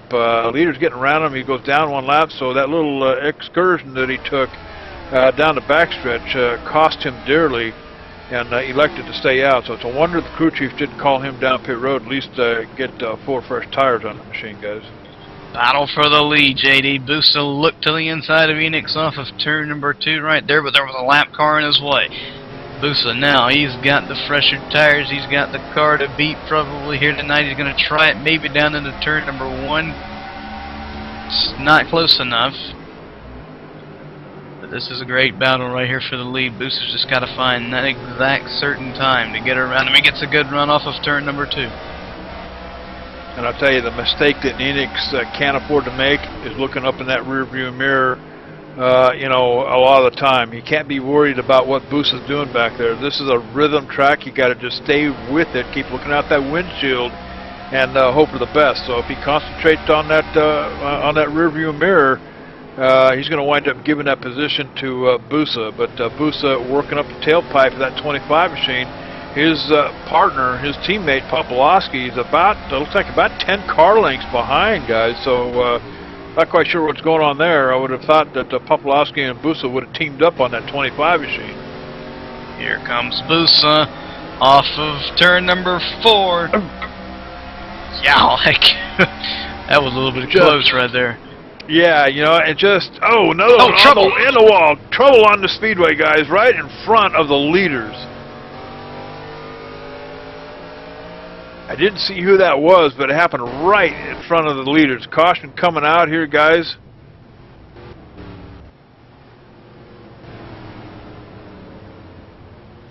And I'm hearing it's going to be the 29 car involved, but I saw a lot of smoke, Ben, and I saw one on the wall. Yeah, I was watching this battle for the lead, and I saw smoke in front of them. And all the leaders did a great job getting by without having any further incidents right there. As John's got it pulled up. Yeah, let's go down to John for the E-wind. Pull us back one more time, guys. I missed it the first time. The 29, oh wow, the car in front of him got pulled right in front of the nose of the 29. 29 didn't have much of a choice but to put that 08 in the wall. I don't think he really had much time to even think about it. He just kind of pulled up right in front of his line there coming into the corner. Yeah, I'm not so sure the spotter was wide awake on that one, guys. That almost looks like the spotter was too busy had his face buried in a hamburger or something there. I believe that's the 08 machine out there in front, John, and you're right. He just comes up in front of the 29, and, you know, Bennett really too close to be called here. Just got to jump off the throttle, hope for the best. Of course, going to tag the wall, get a couple souvenirs. But the 08 machine also with some damage as well, as he goes around and winds up hard in the outside wall. So caution number 9 here at New Hampshire.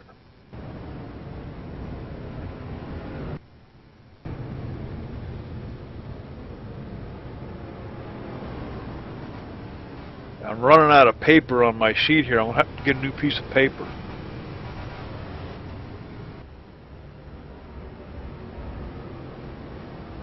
Yeah, but we're almost halfway, JD. almost halfway, and being halfway, that's, you know, tell me when we're halfway. Is that kind of like almost winning the lottery by one number? Almost, yeah. Hey, you're talking about almost winning the lottery. Why don't we talk about trucks here for a minute? You know, and if you haven't caught these races yet, we got one more to go, and I believe, well, and I don't even have the schedule pulled up in front of me, so I don't remember where we're going to be on Friday night, but Yetacast Racing on Friday nights here on ETV Live, sponsored by Gary Mercer Trucking, and I'll tell you, if you haven't seen the commercial, you'll get a kick out of that one too. But like it says, if your pickup truck is too small for the load, get a real truck to haul it, cowboys. Sponsoring the Friday Night Showdown series on ETV Live, Gary Mercer Trucking Incorporated provides LTL and TL loads, long and short haul options for hauling furniture, sensitive equipment, perishables. Well, you know what? About anything you can stuff in the back of a big truck, they'll haul it for you. Storage facilities in the U.S. and Canada, CT patent approved and fast express drivers. Gary Mercer Trucking Incorporated, the best choice to haul your load. Read the script, damn it. Speaking of trucks, JD, Dwayne Hall, how's the Sim Factory trucks coming along? Oh yeah, really good, guys. They run good, they look good, they sound good. It's really cool. Start racing them. All right, check Gary Mercer Trucking, gmercer.com for the best trucking company around. And again, if you haven't caught the Friday night stuff here on ETV Live, dude, you're missing out. So fill your cooler, pack your bag, and get stuff for some pretty good racing. Last race coming up, last race of the series, 12-week series coming up this coming Friday night. You can catch it live right here on ETV at 8:30 p.m. Eastern.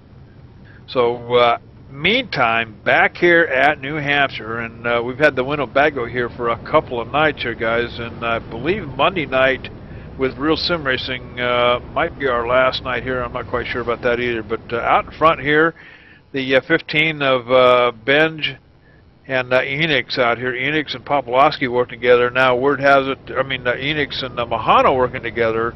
Mahana buried back here in 7th position, but J-Pop and Busa, J. Popolowski and Busa are teamed up. So they're currently in 3rd and 4th.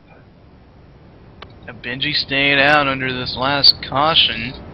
Going to be interesting to see how he stands with all those cars with fresh rubber right behind him. And now getting word that he is going to come down pit road this time. So we're not going to have to worry about him. So it'll be Enix and Busa on the front row to restart him. You know, guys, I was watching Busa that entire run. You know, and he's racing the racetrack. You know, he's doing exactly what I was just saying about 5 minutes ago. You know, he's not overdriving the car, but he's getting into fast laps because he's racing the racetrack. He's arcing the corners. He's getting that car down to speed, and then he's able to drive off a lot better than that 25 car. So that's why you're seeing him race a little bit better and have a little bit faster faster times than that 25 car. But I see him taking a lead within 5 laps here on this restart. He's going to be starting on the outside of Enix as the lights are off on Speedway. We're double file, getting ready to crank them back up here. And the longest run of the night, guys, that came all the way back around lap 37, lap 65, about a 28-lap run then. Of course, you pull out the, 2-3 pace laps in there, so only about a 25-lap run so far here at New Hampshire. So these guys are considerably off the pace as far as, the 70-lap tire runs as Enix gets set to pick up the green flag. And it is coming out with the Busa up on the top side up here. Enix gets a good run off into turn 1. Yeah, Busa didn't seem to get off the line as good as Enix did. Thought Popolowski was going to look to the inside of Busa. He thought better of it. As Enix pulls away down the back straightaway just a tad, Busa going to try and reel him back in now.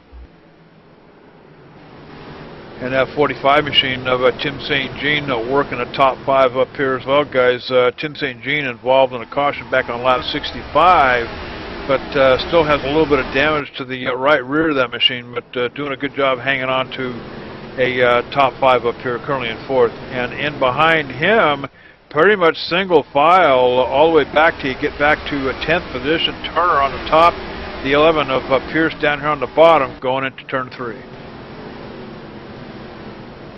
Tell you what, this is heating up back here. Watch the one of Vasquez. He was real high on the speedway, almost up in the marbles out there. Ooh, a little bit sideways on 4 as well.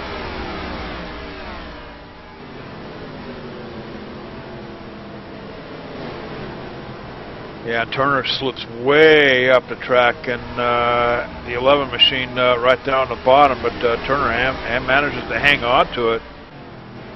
The 11 looks like he got out of the gas just a little bit early, probably expecting Turner in that 03 machine to maybe bring it around a couple of notches, but Turner hanging on to it did a good job there.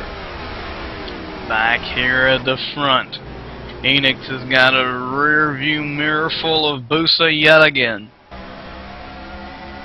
29 machine exiting pit road, so that'll throw a little bit of caution into the mix here as he re-enters the track. Of course, always a perilous situation when you got a slow car come out of pit road down around the bottom, so especially when you're coming right off the turn and then you know, suddenly there they are.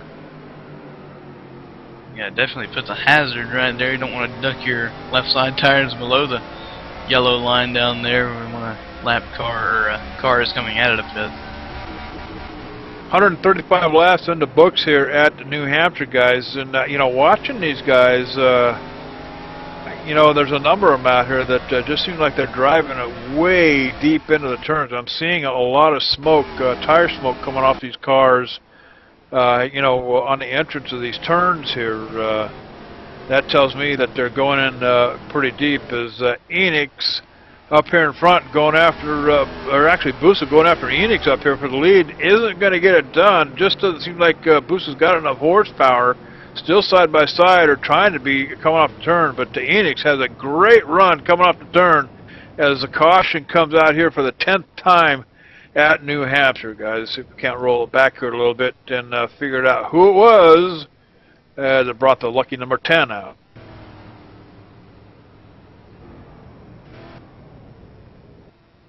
I'm seeing the 76 machine of Biddle up against the wall, guys. It's going to be Biddle, 21st position back here, John. And I don't think he had any help. Looks like he just gets way high on the track. Yeah, he just loops around all on his own, JD, right in the center of the corner. We've been seeing everybody getting that right rear a little hot right in front of that 3 Yahoo machine. That's making me kind of thirsty, JD. That's going to be the 3 of Kevin Kelly, guys, as he is on the binders, and he's on them hard, Cowboy. I'll tell you what, there's smoke coming off all 4 tires. Yeah, I don't know why they threw out the caution there. Usually it has to be a two-car wreck in order for them to throw out a caution. Self-spins usually don't count, so I'm not sure why they did that. Yeah, you know, he was tucked up against the wall there, and looks like he was far enough away from the turn exit that, you know, he might have been safe. But then on the other hand, I guess, you know, throw caution to the wind, make the safe call, bring the caution flag out, and, you know, make sure everybody stays safe. So, caution number 10 here on the speedway, guys. 138 laps in the books here. Yeah, I tell you what, that 3 car did a great job of getting it slowed down. While we're under caution here, Enix decided to come down and get some fresh rubber, so that's going to put Busa up to the lead. And it's been about a 10-lap run all the way back to about caution number 5. That's going to be back on lap 73, guys. And then we had one on 79, one on 86, one on 97. So do the math, Cowboy. We're a long ways, Kyle Lent, from seeing that 70-lap tire run in here at New Hampshire. Yeah, I really want to see this long green flag run go. No, that truly shows who has the better car and who did their homework. These little dinky 10-lap runs don't really show much, but it's very interesting to see that 25 car go down pit road there. You know, weren't a lot of takers that went in after him, so he's going to be stuck in the back there, and hopefully he can work his way up to the front without any problems. All right, then caution number 10, why don't we go ahead and step away. We'll take another commercial break. You're watching live ETV Live, Cowboy. I want to go check some of that pork roast I just pulled out of the oven, so don't wander off. We'll be right back.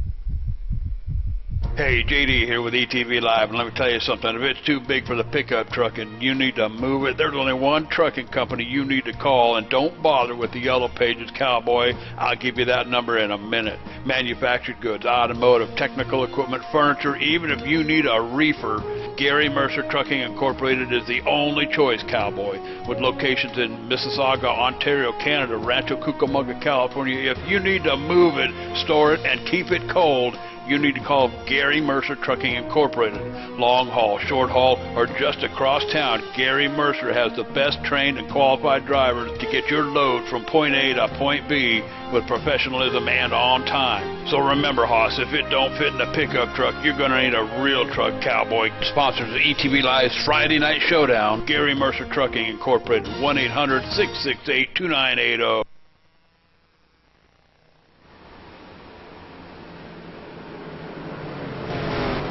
All right, we are back live here at New Hampshire. Picked up the green flag here just a couple of laps ago. Busa out in front with Tim St. Jean. Kyle Hibbett in that number 14 machine on the restart.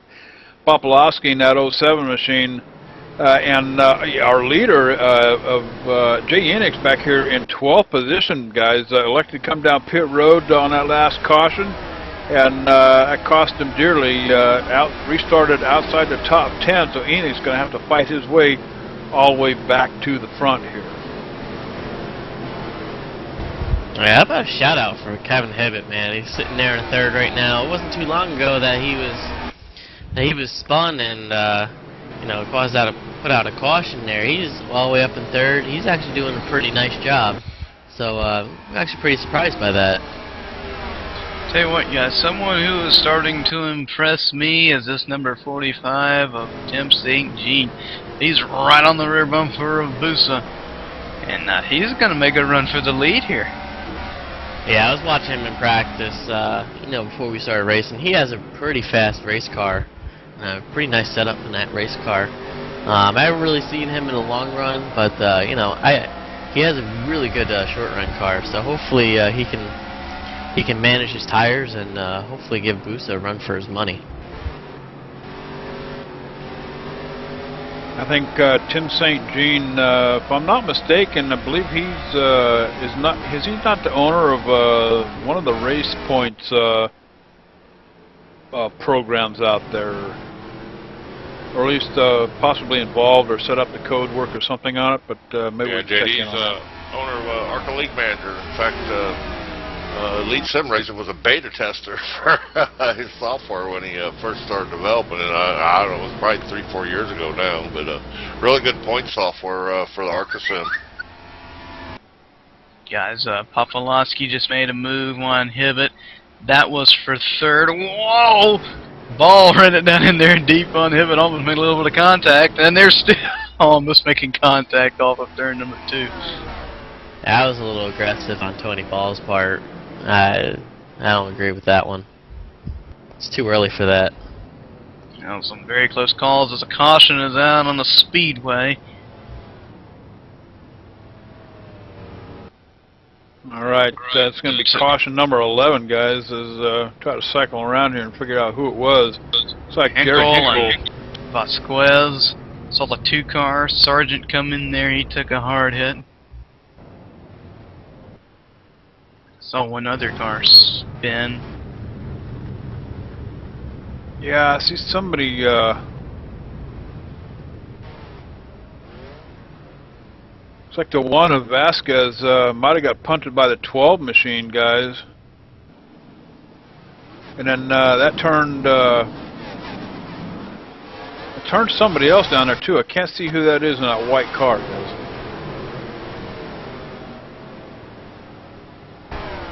The 6 machine of Cherry also gets turned around in that as well.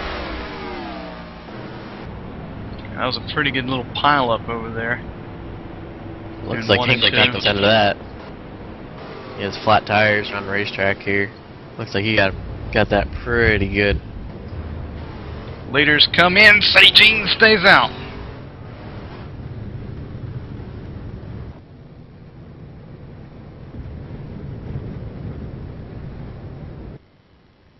That's one of those decisions that's gonna bite the 45 in the butt.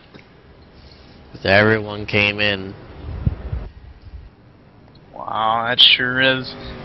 That'll certainly put a kink in the chain as far as any strategy right there with St. Jean. Well, guys, we're talking 10-lap runs here, so you know I can't imagine that this might be a good move on St. Jean's deal here. You know, it was only 10 laps ago we had our last caution, so that seems to be all we can manage here, going all the way back to about lap 79 or so. It's been about a 10-lap run here ever since. So I don't know. This might be a smart move on Tim St. Jean's part.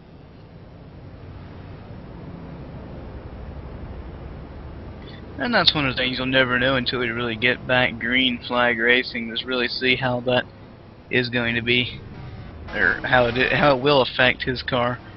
We'll just have to wait and see when we get him crunked back up. Well, we'll be at the halfway point here under caution. And in fact, there it is, 150 laps in the books here. 301 is the race here tonight at New Hampshire.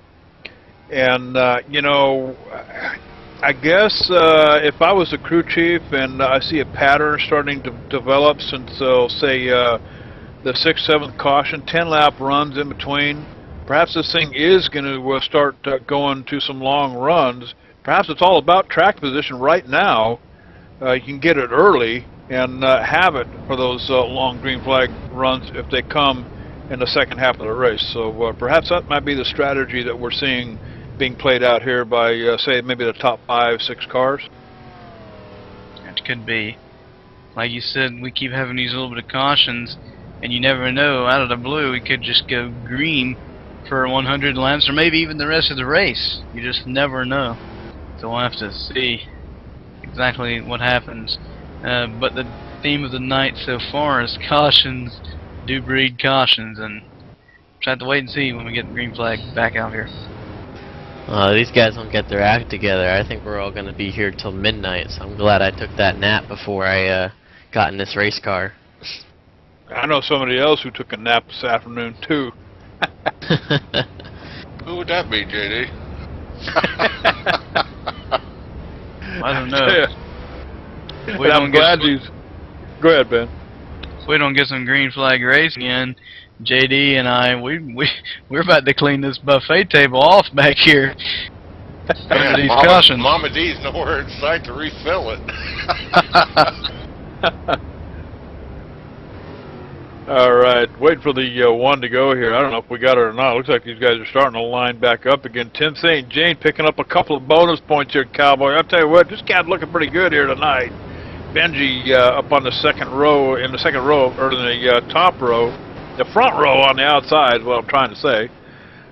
Baker, Enix, Mahana still hanging out. Steve Mahana, that 17 car, he kind of sneaks up on you guys, so you know, don't count him out. Pick up the green flag. Tim St. Jean's got his second one of the night here tonight. Benji, Enix, and Mahana doing a good job up here, but Baker and Ball back here. Ball going to the top side up here, trying to get around the 68. Can't do it.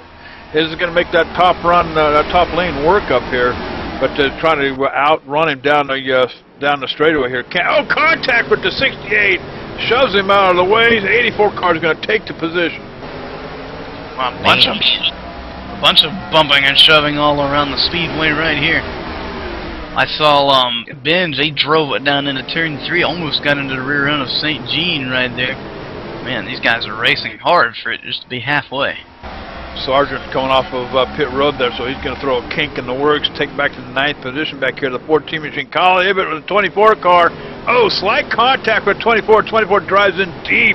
Can't hang on to it. Kyle Hibbett just methodically gets off the turn 4 coming down the front stretch, hanging on to that position in 8.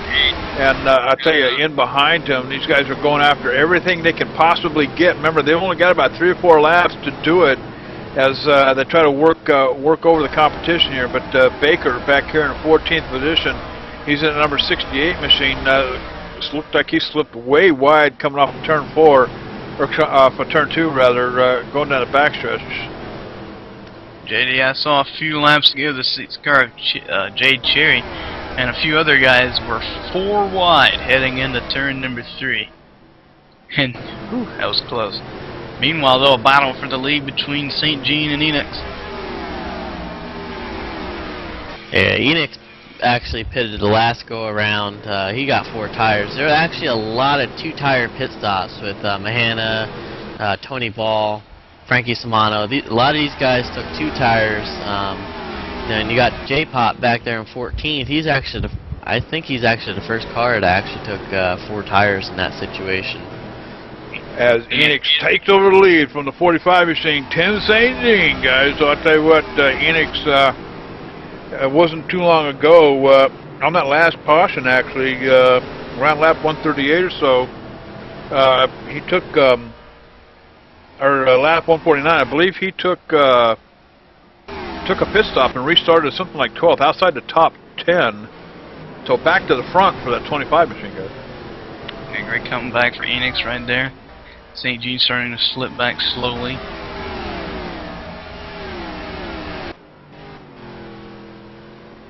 I don't know, I got so many scratchings on this, on my scratch pad here. I got to get a new one here. I take so many notes that I get to the point I can't even read my own writing here. It was actually on lap 138 back when Enix pitted. I restarted in 12th position, so through you know, a series of racing it out. Of course, the last caution back on lap 149. Good pit stop for that 25 machine. Back out to the front, now leading the race here one more time. So moving back in behind the back here, though, I told you, keep your eye on that 17 car. It ain't over till the fat lady sings Cowboy, and the music's not going to start here for quite a few more laps. So we'll check back with Steve Mahana working back through the field here as things are starting to settle down here. Of course, remember, we're about 3 or 4 laps into this thing since the restart. Barden in that 31 car, 14th position, that's a number of them go past, as I believe Barden's probably having some difficulty hanging on to that machine here tonight. Vasquez into the wall off of turn number 2. I'll tell you what, I've been watching him and Papalowski in the last few laps. Those guys are making their way up through the field. Also someone to keep an eye on is the number 3 car of Kelly. He's been smoking his tires maybe the last 2 or 3 laps down into turn number 1 as Papalowski looking to the inside, move him to 12th. Bump Vasquez back to 12th, Papalowski up to 11th. Vasquez now going to go back to 13th as Pierce gets by for 12th. Now Vasquez doing battle with the 11 machine down here. Vasquez trying to get a good run coming off the top side, but Pierce might have the advantage coming off of turn 4 down the front stretch. It's all about horsepower, Cowboy. They look like they're pretty much even. A drag race going into turn 1. Pierce down here on the bottom of that 11 car. Looks like he's going to get to position, and that's all she wrote. Going to put Vasquez back 1 notch, Cowboy, to 13th.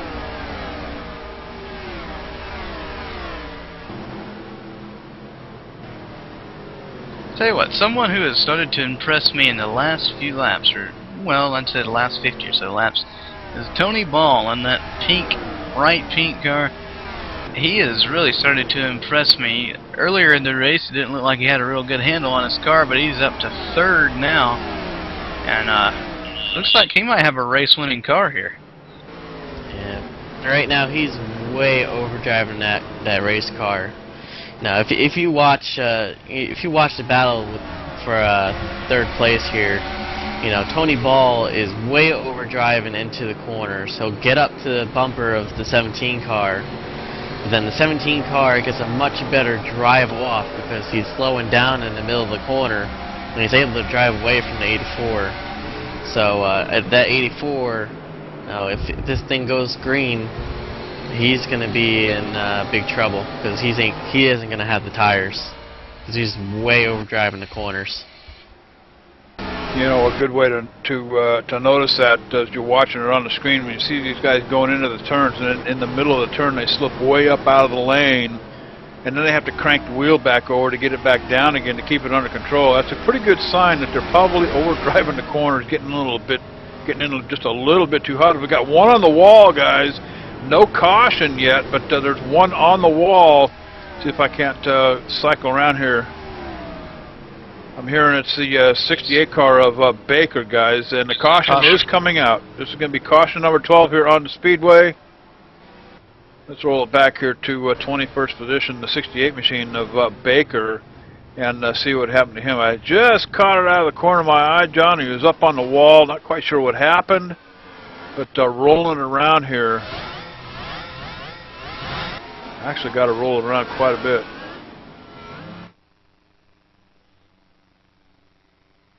Oh, looks like, oh, you know what? It wasn't Baker that brought that caution out. He was trying to avoid another car that spun out right in front of him. And don't know, is that the 29? I'm queuing it up now, JD, and I didn't see a car around him when he spun. There is a car in front of him here, but, oh, yeah, you're all right, JD, right at the start-finish line. Wow, just... that car was just sitting there and nowhere for him to go. That's going to be the 29 car, John. Remember, he's been involved in a couple of cautions already, starting back on lap 97. That's going to be the 8th caution on lap 127 as well. So Bennett having big problems at New Hampshire here tonight. And judging by the way he's coming off the turn, almost looks like he might have blown a tire there, because he just nosedives right into the outside wall. And then here comes Baker, and he's trying to avoid that car as Bennett steers his car and tries to keep it under control.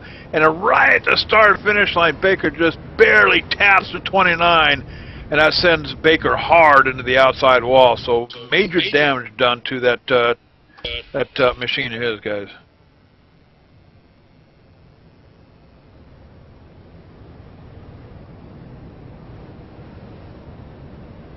Yeah, JD, the leader's looking to come down pit road. Enoch's gonna be the first one to take the offer. Looks like just about everyone's gonna stay, come down pit road under this one.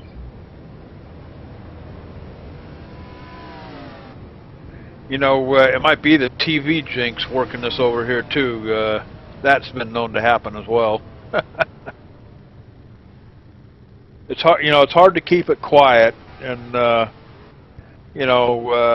tell anybody that the race is going to be broadcast. But sometimes that just brings what we think is the best out in us. For some reason, we find it necessary to want to have to put on a show, and of course, 12 cautions later, don't know if that was quite the show that we were looking for. But at any rate, 167 laps in the books here at New Hampshire Motor Speedway. Yes, sir, John.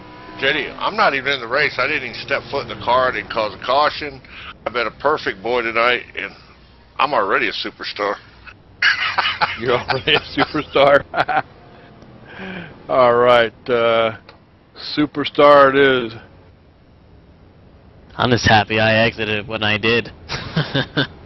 Alex Montefori says that he wanted to get some TV time tonight too, but apparently he lost his connection. Electrical problems for Montefori in that number 97 machine, guys. Back on looks like lap 73. So unfortunately, Montefori's got a front row seat up there in the stands tonight for the rest of the race. But in the chat room over here, Moondog joining us. Looks like Gutierrez is logged in watching. Britton, a lot of these guys apparently have some kind of a monitor, one of those built-in deals on the dashboard. Maybe they're too busy watching the race on the monitor on their dashboard instead of looking at the windshield. What do you think? I don't know, JD. Did you say Moondog? Yes, sir. Moondog is in the chat room here tonight. I don't know, it may be some different person, but I know an interesting story about someone with a nickname named Moondog, but that's a different story for a different time. As looks like Tony Paul is going to be the leader. That sounds like one of the late-night ETV shows, huh? Yeah, yeah, we might save that for one of them. All right. 169 laps. Let's call it 170 laps here at New Hampshire, guys. So we've still got quite a ways to go here. But again, let's give ETV Live a plug here. I'll tell you, the leader in sim broadcasting. So many bars have been set here. The last one coming here just a few weeks ago. Now here's how it is, guys. When John Westling starts thinking, that usually means long days, late nights, and a whole crap load of hours in some kind of a project. Now, the last time he started thinking, we were, I think, a couple of weeks involved in it. However, here about 2 weeks ago on a Friday night in the middle of a broadcast, John starts thinking. And I'm doing the engineer work for the broadcasters, David Bass, Michael Conti, Dakota, everybody. And then suddenly how big was the fire, JD? What's that? John started thinking there had to be a big fire, so how big was the fire? No, there wasn't no fire. This is how John Wesling's mind works, okay? So we're in the middle of this race, this Friday night showdown, okay? I don't remember what track, it's really insignificant. Dakota Irman's calling the action down on pit road with one of his crew. So John sends a message down to pit road, sends Dakota over to the second split race of the night, okay? Logs in over there, and then suddenly I look over on my monitor, and here is a live update coming from a completely remote race from another part of the planet on the screen. So during that one race, we had live updates from the second split, and if you're familiar with iRacing's official races, if you can't make it to the first one, qualifying the first one, you'll get into the second one, and they both start at the same time. So another bar being set. We got remote via satellite updates, live updates coming from a different race completely on that show that night. So all thanks to the mind of John Westling as Tony Ball picks up the green flag with Enix right beside him. Tim St. Jean back here in the back watching that all happen out in front of him, that hustler machine of his. Benji doing a pretty decent job on the restarts here too. Benji pretty much staying up here in the top 5, top 10 all night long, but to keep around that 17, Steve Mahana, he's looking at those guys out his windshield too.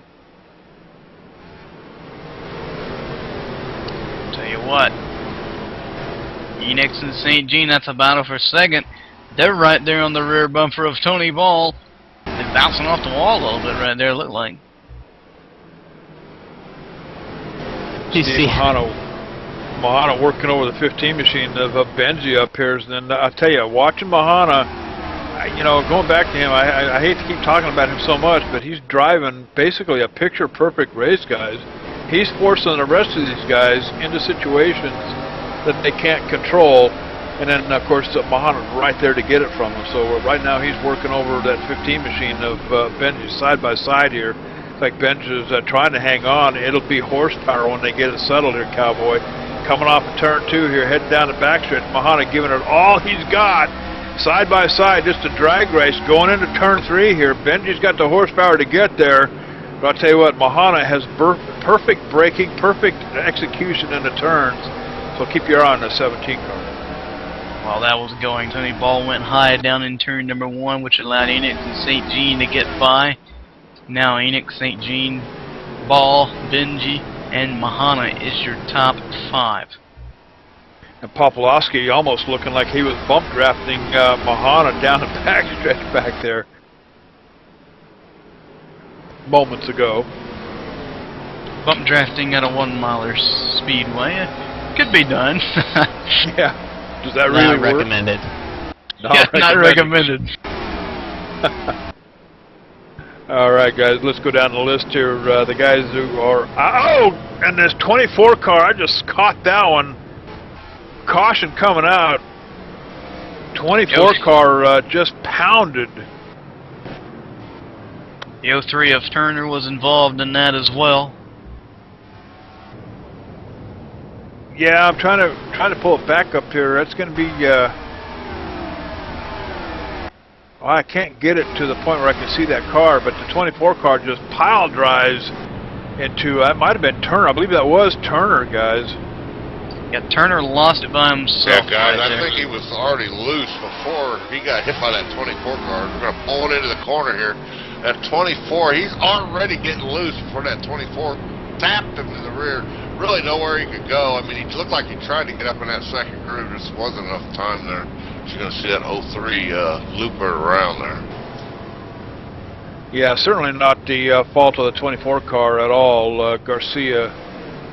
And more I look at it here, I think you're right, John. That 03 car looks like he was just getting ready to break loose. Of course, does the right thing, jumps off the throttle, but then, you know, when you're bunched up in the turn, ain't nothing that car behind you is going to be able to do but pile into your bumper. So that's probably what happened with the 24 car.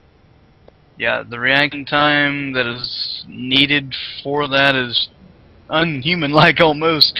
It's just, I mean, really in situations like that, there's really nothing much that you can do to avoid hitting the car in front of you. Yeah, well, me and J.D. Webb's reflexes, we'd probably still been pounding them through the corner.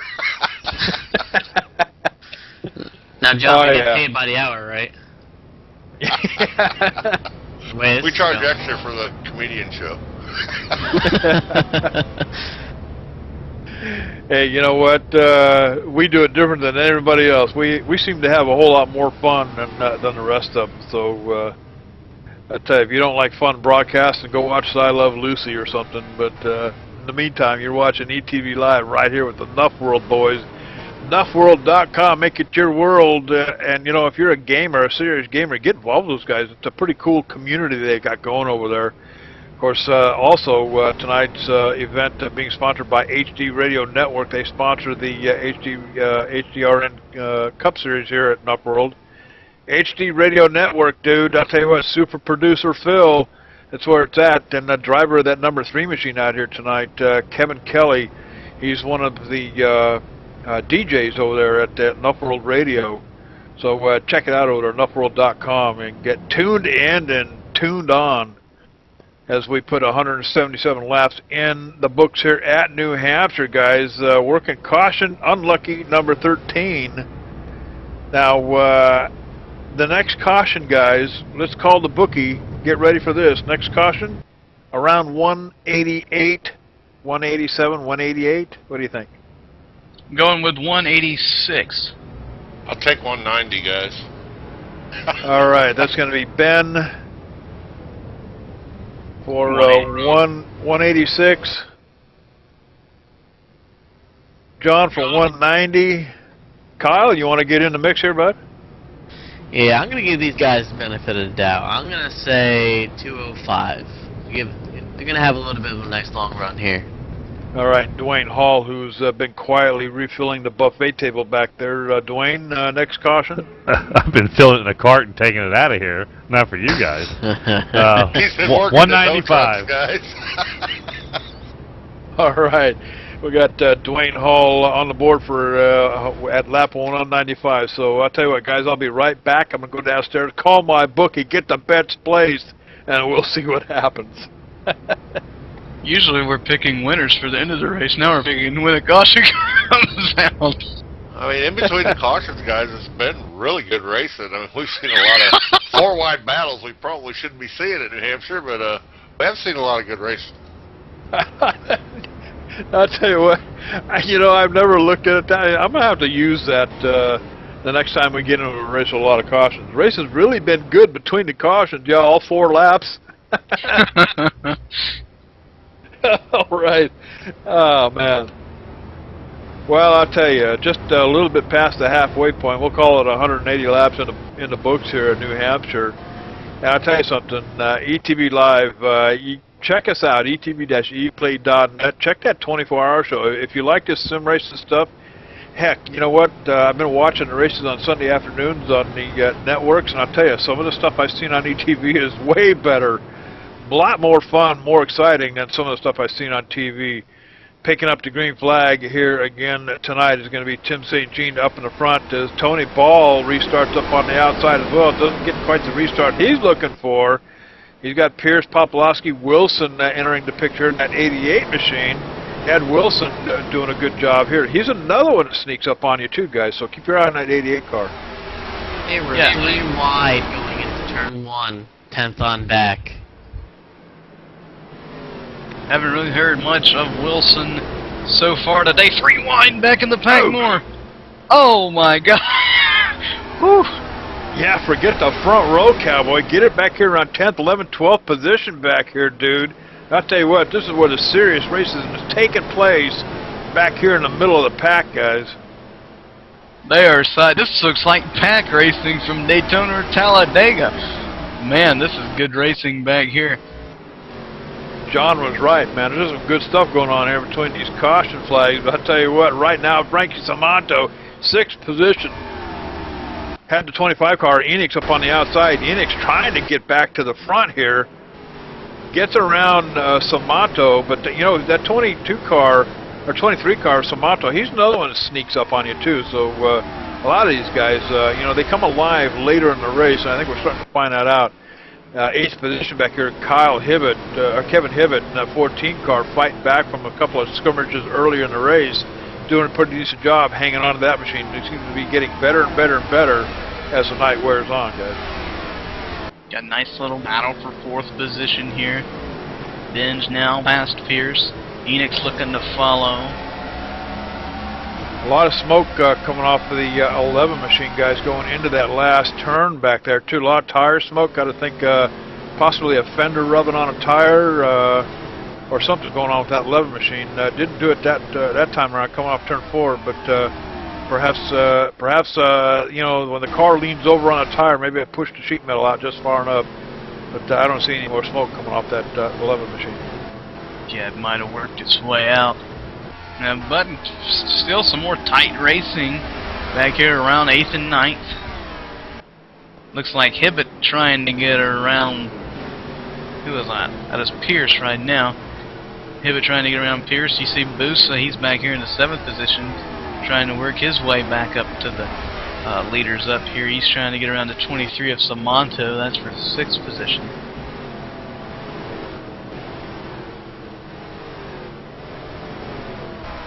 A lot of tire smoke coming off the 88 machine too, coming off the turns. I got to think that was just a little bit of heavy pedal on the brakes.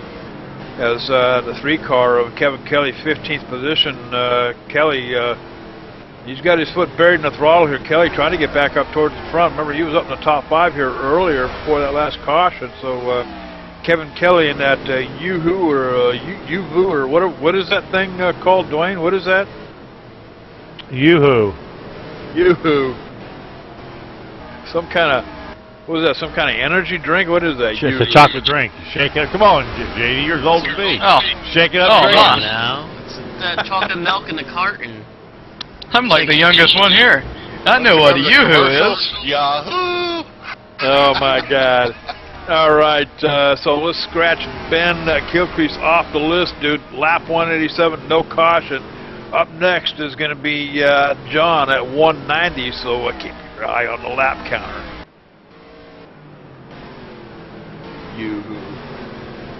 Do I win Now, it I remember if I you- get it? Yoo-hoo had to have come after knee-high. Now, I bet there ain't nobody in this booth that even knows what a knee-high is. Now, there you go. You got to be kidding me, JD. I'm an old man. 23 car of Frankie Samanto in 6th position back here, guys. Busa in that number 8 machine almost making contact coming off of turn 2 down the backstretch. Busa trying to get his machine back to the front too, but I'll tell you what, that 23 car of Samanto, hey, he's the one that sneaks up on you as well. Coming off of turn 4 here, down the front stretch, 23 in the 8 car duking it out. Hey, well, look at that great side-by-side action. Busa slides up the track just a tad. Looks like he's more arcing. He's arcing the corner more than some of the other guys I've been watching, and now he's going to try to work on Tony Ball for the 5th position. Busa coming with a head full of steam. And if he's racing one-handed like we think he is, he's doing pretty dang good. I gotta say, gotta give him props for that. Yeah, he's doing better than most of the guys out there with 2 hands. All right, there's lap 190, so call the bookie cost John off the board up there at Cowboy. Up next, going to be Dwayne Hall at 195, so we'll see what happens here next. I'll tell you, these guys are letting it all hang out here. 190 laps in the books here at New Hampshire Speedway. 301 on the board. So still tons of racing left to go here, guys, as they start really letting it all hang out. Been watching Busa in that 8 machine, and I'll tell you, I got to go along with Kyle. Seems like he might be overdriving it. I don't know if this is the time in the race that I'd want to be doing something like that. You know, when you talk about, you know, that drift coming off the turns going up, that puts a lot of right side pressure on those tires, and all that does is wear the rubber off that outside edge. And I don't know that I'd want to be doing that this early in the run coming off a caution. So we'll keep an eye on Busa here on this run in that 8 machine as he works his way forward, guys. Yeah, he gets around Tony Ball pretty clean right there. His ball starting to fall back. Good battle right here between Garcia and Vasquez. That's for the 9th position. It's Mahano trying to work his way in there as well. Yeah, if you're overdriving the corner entry in the middle of the corner, you're not going to get the drive off that you need and the power that you need getting off the corner, and you're just going to get killed. Vasquez and Garcia going at it back here in 10th position. That's Garcia up there in 9th. But Vasquez looks like he's having quite a bit of difficulty coming off the turns. Gets a good entry in, drifts up halfway through the turn, through the middle, going to slide all the way up, and that seems to be where he starts to losing it. So tight conditions on that number 1 machine. As looks like Garcia's managing to get away from him.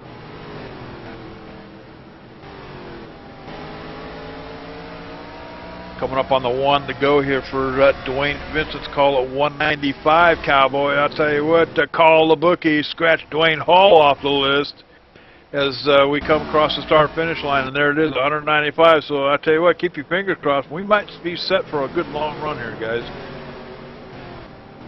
Could possibly happen. And now if I win, I want an ETV shirt at least.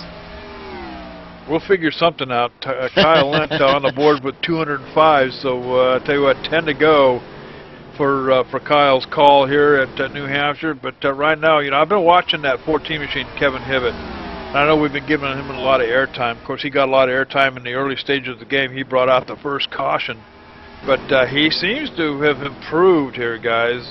Watching him in his turn entries, you know, he gets in, gets a good run off, just kind of minding his own business here inside the top 10, running in 8th position.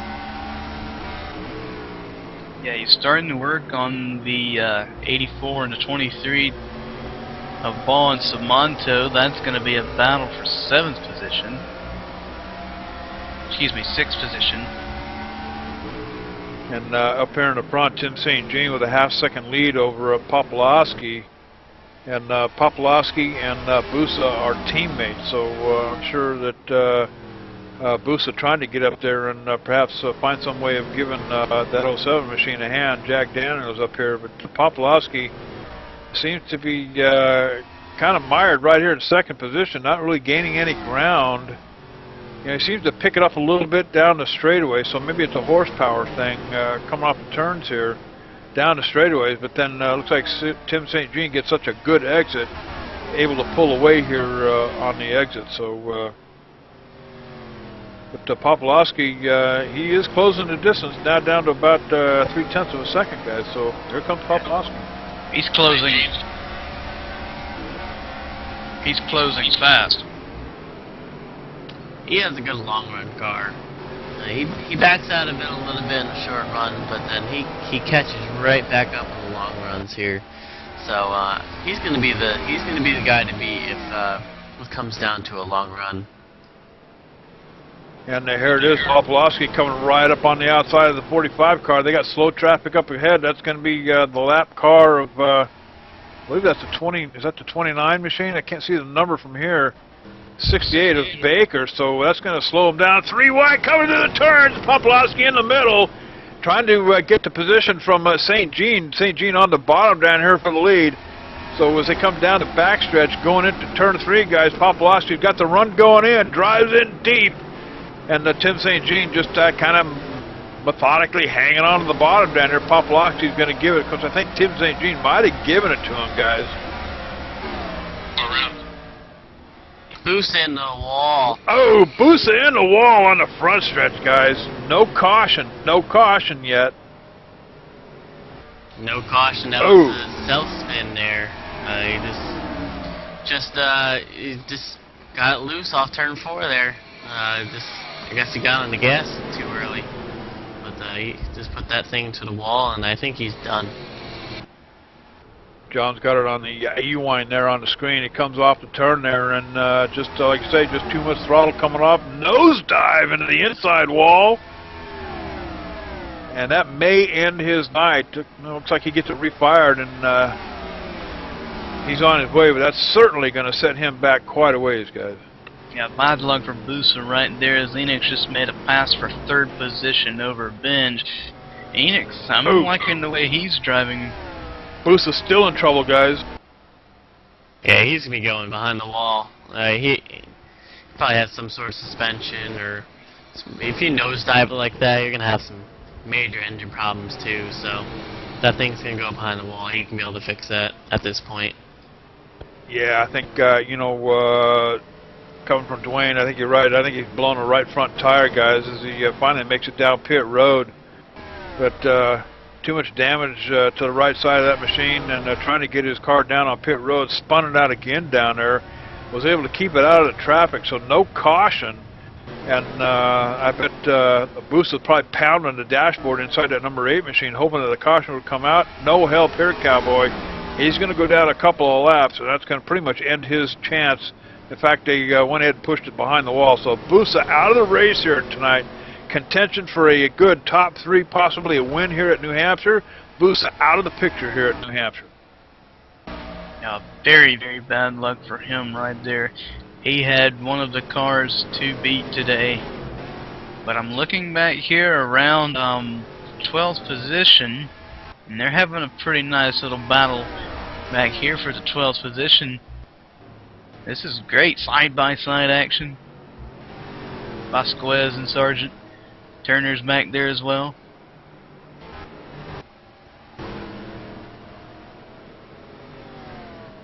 Boosa's teammate Popolowski has the car to win.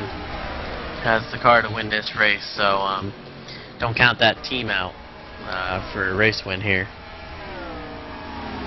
Alright guys, made a call down there to the garage, was able to get down there to Boosa and that number 8 machine down there. We just saw him have a little bad reaction coming off the turn there, spun it around, and of course the right front tire went down and pretty much ended his night. But Boosa, tell us what happened, bud.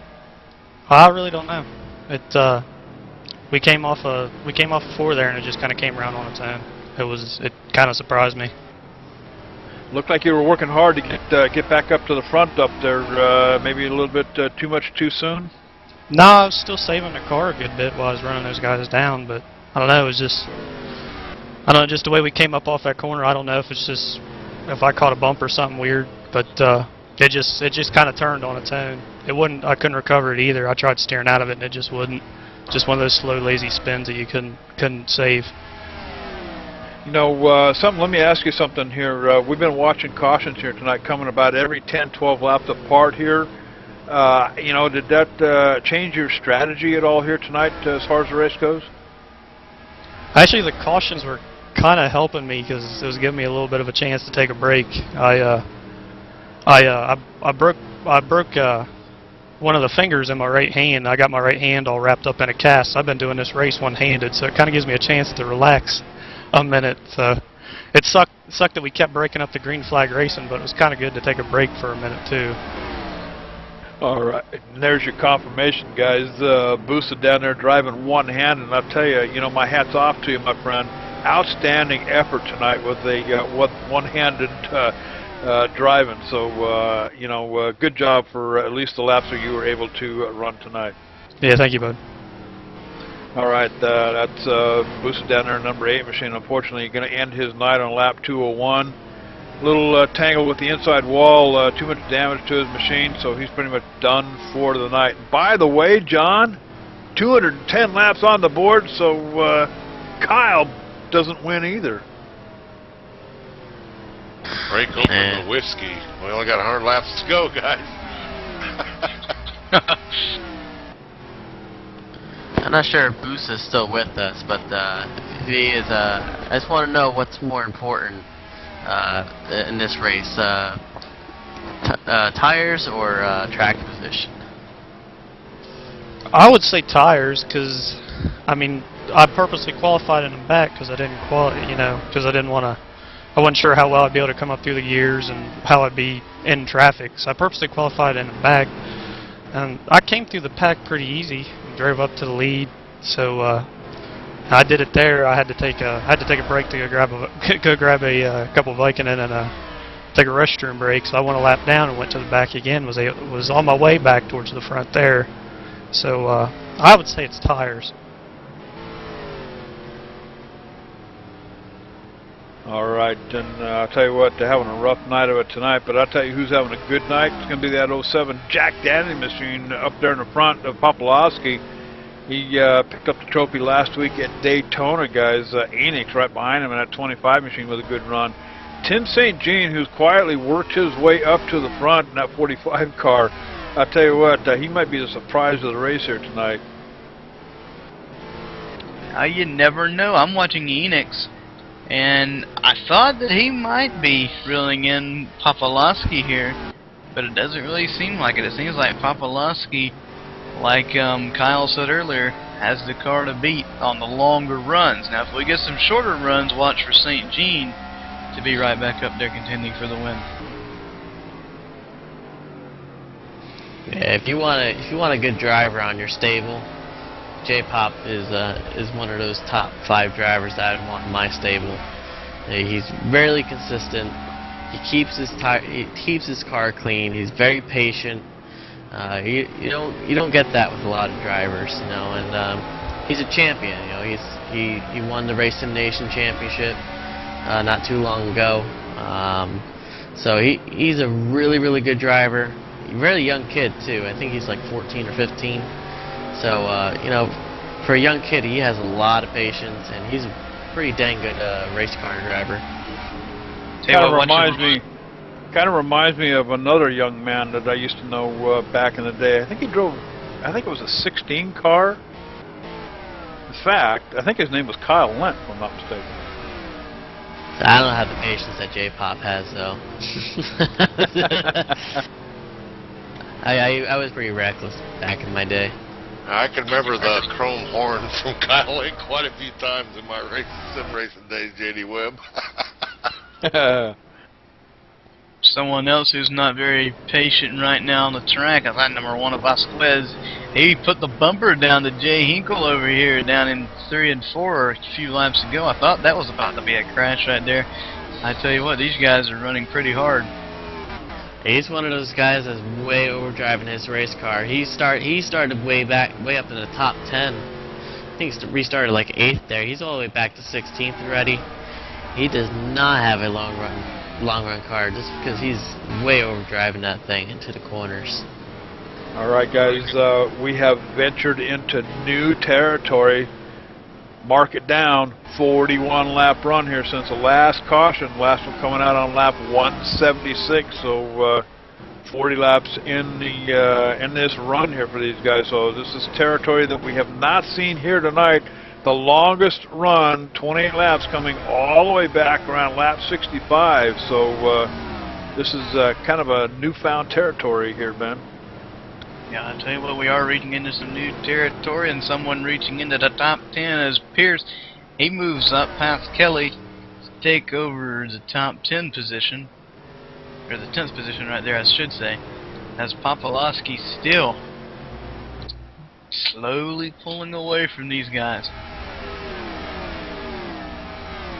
1.6 second lead over Enix. Popolowski, as we watch him encounter lap traffic now with a 6 car up in front of him. That's going to be Jay Cherry up there in the front, and Kelly almost going to go a lap down here as well, guys. Watching Mahana too. He started outside the top 10. He was up to 7th. He's just slowly picking them up and putting them down. Now up to 7th. His next target's going to be Hibbett. I expect him to get around him in probably like 5 or so laps. He's just one of those guys that's taking care of his stuff and letting these drivers come to him. Yeah, I thought the lap cars would give Popolowski a little bit. Thought they'd slow him down a little bit more, but it doesn't seem to be phasing him any. He's just flying by them like they're sitting still. We might go 3 wide and we do down into turn number 1. Popolowski was the leader on the inside right there, and the 2 cars on the outside of him were a lap down. Whew. Wow. Yeah, I tell you what, you know, and at a place like New Hampshire, you really don't want to give that lap up, you know. I want to rewind that one more time for the race fans, guys. Sorry to interrupt, but wow, that's a huge risk to take if you're a leader of a racer. Yeah, you bet. That means there are 9 cars on the lead lap right now, because he just put Pierce a lap down. So there's only 9 cars in the lead lap. That's how fast J-Pop is right now. And I tell you, the kid is doing it right. Just keeping his concentration level up, keeping a look at that front windshield, not bothering about what's around him or behind him, and putting it together and doing it right. You know, this is the kind of racing that we love to see here at New Hampshire for sure. With 224 laps in the books, why don't we go ahead and step away? We'll take a commercial break. We got the long run happening now, Cowboy. We're on the downhill side, so don't wander off. We'll be right back.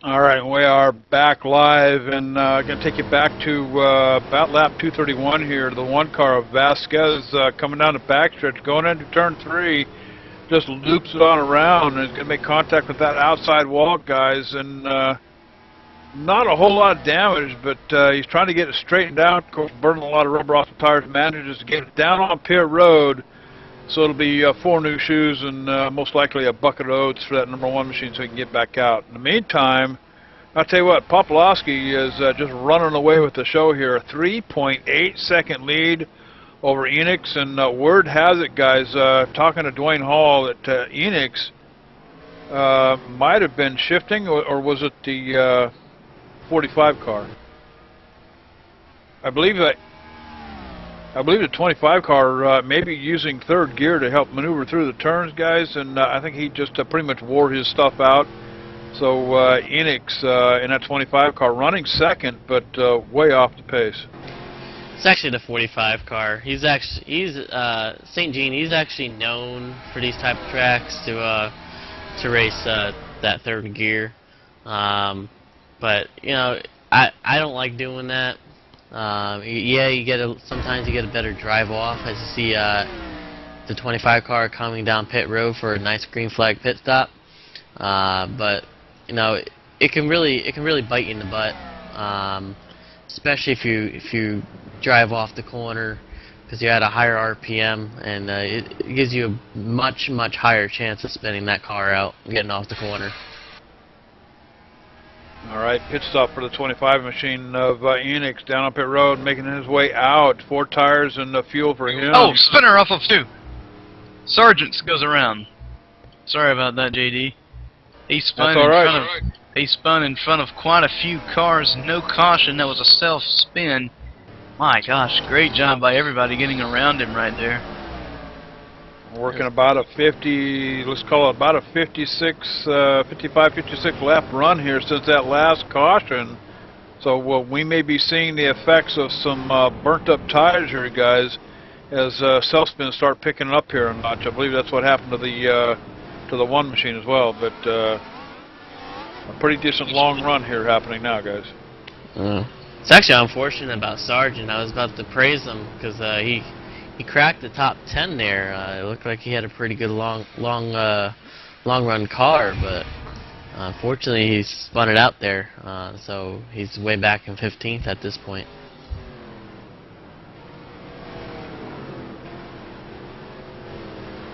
Popolowski still, he has not made a pit stop. Yeah, you saw that 25 car come down pit road. He is probably over a half second faster than the race leader right now, so you don't wanna play around. You want to get down pit road as fast as you can. Otherwise, you're going to be losing a ton of ground in that 25 car. And now we're getting towards the end of the race here, so you know, the fresher tires, much faster laps. So it's going to be harder for J-Pop to catch up the longer he stays out. Yeah, every lap he stays out, he's losing time, like you said to the guys. He's got fresher tires, and it's going to make it interesting here as the laps start to dwindle down.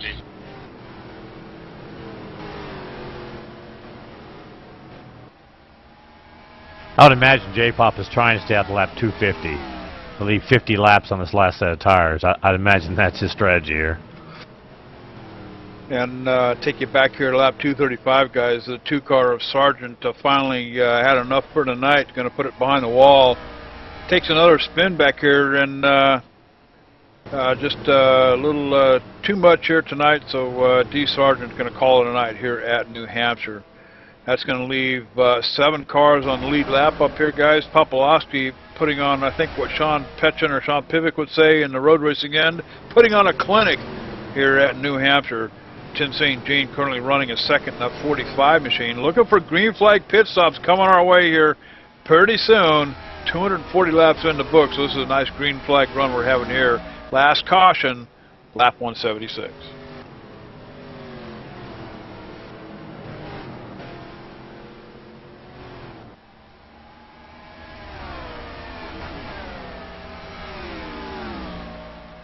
And you got your leader coming up on Kelly. He's about to go 2 laps down. You know, Kelly was having a nice run there in top 10, but this long run's kind of killing him. Y'all, St. Jean's got about sideways. You want to be on a stock car off of 4 right there. My goodness. That's that third gear that's doing that. You know, coming off the corner at a higher RPM. You can't mat the gas like you can when you're in 4th gear. So like I said before, I don't like that 3rd gear thing, especially at this track. You know, it's just going to eat up your rear tires, and it's just not a good idea for this track. If you want a nice long green flag car, you need to keep that car in 4th gear, unless you have a setup in that thing where it's tighter getting off the corners, so you can race that 3rd gear. But I don't think that's the case with the 45 car. Yeah, he's still getting sideways and he's losing positions. He was 2nd. Now he's dropped back to 3rd. Now he's coming down pit road. Yeah, 45 car coming down pit road. I think he had enough there. You know, he just about spun that car out. Probably gone on the radio to his crew chief and said, "Yeah, I need some 4 fresh tires on this thing," and a nice adjustment. Yeah, might have scared him a few times when it stuffed out right there. Meanwhile, though, I've been watching the 17 of Mahana right here. He's been impressing me coming up through the field here in the past few laps. Alright, I'd be looking for our leader to peel off and make his pit stop. 67 laps since that last caution here, guys. So we're getting close to Popolowski coming down. 67 laps, so I'm guessing probably in the next 5 to 6 laps possibly. And see Popolowski make his way down pit road. Frankie Samatu moves up into 2nd place, but he's 16.3 seconds behind Cowboy. Mahana's got a shot at 2nd place. We'll see how it all plays out. Mahana running about 18 seconds, a couple seconds behind Frankie Samatu up there in that 23 machine. So green flag pit stop coming our way for our leader here just shortly, possibly within the next 4 or 5 laps. That's going to be the 07 of Popolowski. Yeah, you watch Enix. He's actually working on the rear bumper of Popolowski, trying to get his lap back. As Hinkle's coming down pit road. 5 cars on the lead lap, and Enix is by Popolowski right there out of pit 6. Yeah, J-Pop is seeing that. That has to tell him that he has to come down pit road and get those 4 fresh tires. Otherwise, if he steps out any longer, he might lose this race on pit strategy. Yeah, the way it is right now, Enix is back on the lead lap, and if Popolowski doesn't pit here in a little while, Enix will be half a track ahead of him, and then it'll just be Enix coming out with the lead over, like you said, pit strategy here. Yeah, he'll definitely come out with the race lead, and you'll see J-Pop.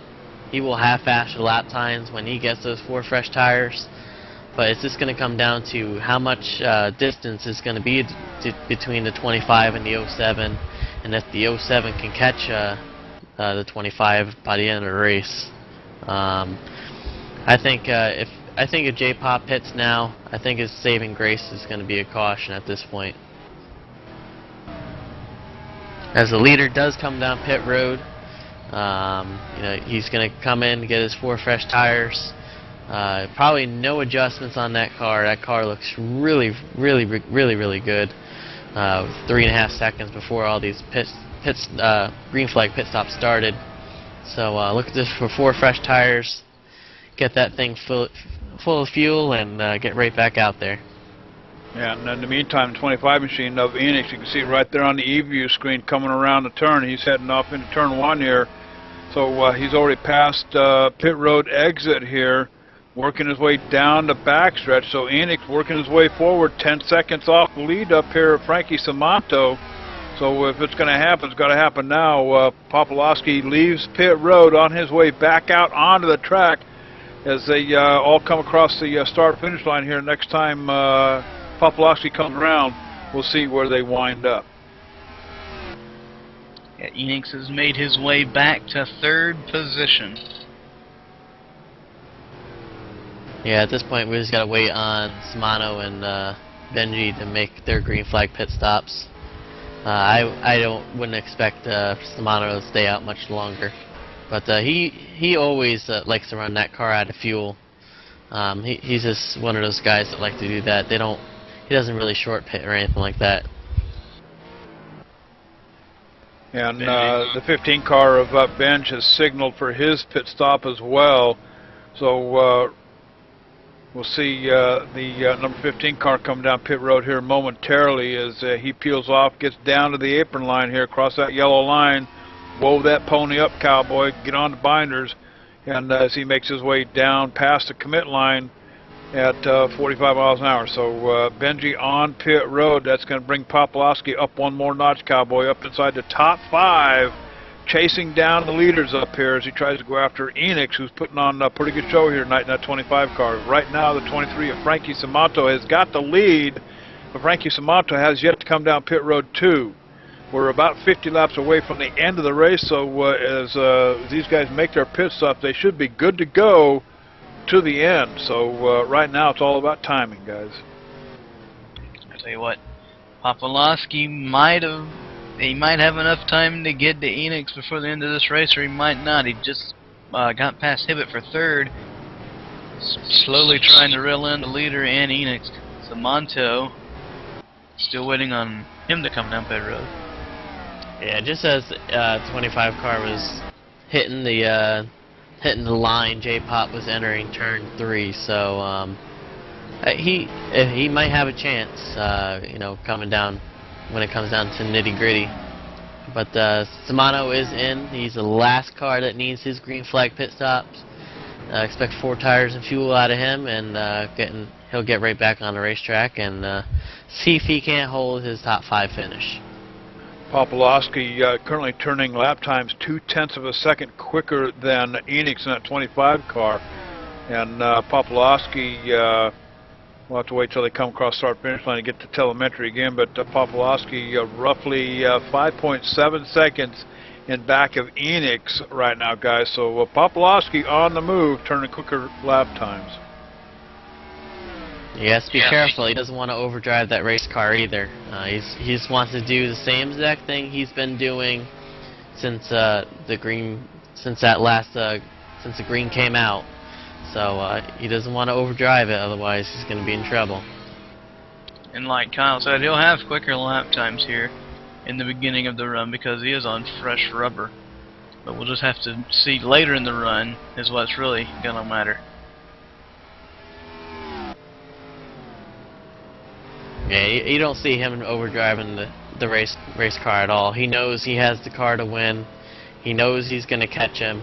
So he's just going to run his race. He's going to run his car. And he's not going to run other people. He has a lot of composure for a young driver.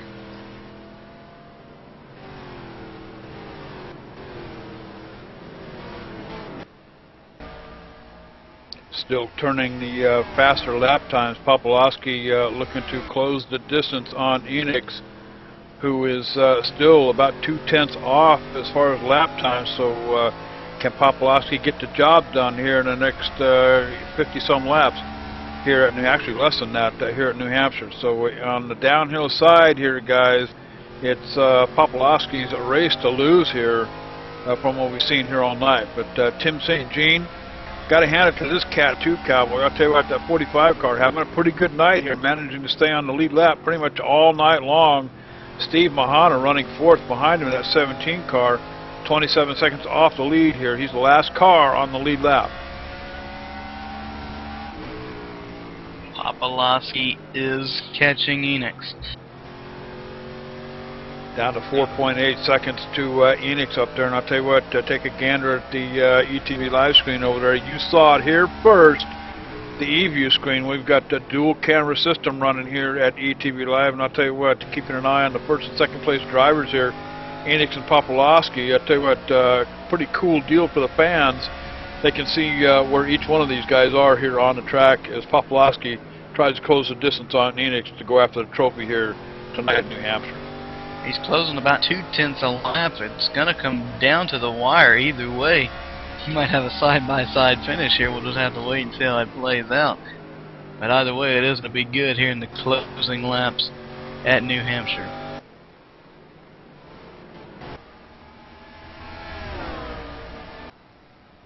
.40 laps to go here at New Hampshire, guys, and I tell you what, this might come down to one of them Kodak moments at the finish line as we keep an eye on the leaders up here. But again, in the back, Steve Mahana in the 4th position. 1 lap down in 5th is going to be a 23 car, Frankie Samanto. He's running a pretty decent race here tonight, and it's be possibly a good top 5 finish for him tonight as well.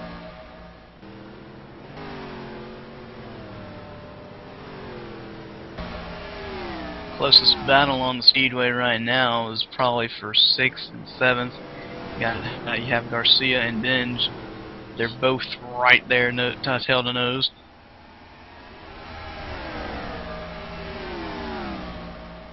Garcia in that 25 or 24 car, Binge in that 15 machine as they come through the turn here. And the 24 car getting a little bit loose off the turn. That's going to allow Binge to come alongside at the start-finish line. Binge is going to get it, that 15 car. 24 car going to have to give it up here a little bit as they come off of turn 2 here. So move Binge up one more notch, Cowboy, up inside the top 10, sitting there in 6th position. Garcia still having a pretty decent ride, top 10 as well, 7th. And then going back down through the field, 84 car in 8th place. That's going to be Tony Ball. Kevin Hibbett in 9th position, guys, who's had a pretty decent run since the first part of the race. And I'll tell you, been pretty consistent here, managing to keep his car up inside the top 10. So that's got to count for something. Turner, the last one in line, in 10th position. He's 2 laps down here, guys. Back out in front, Popolowski in that 07 machine, desperately closing the distance on that number 25 car, down to 3.5 seconds. So Popolowski certainly feeding the cold to the boiler here tonight at New Hampshire in the closing laps. Guys, I'm watching a little gaggle of cars around Cherry and 12 of Hinkle right here. These guys are getting a little bit racy.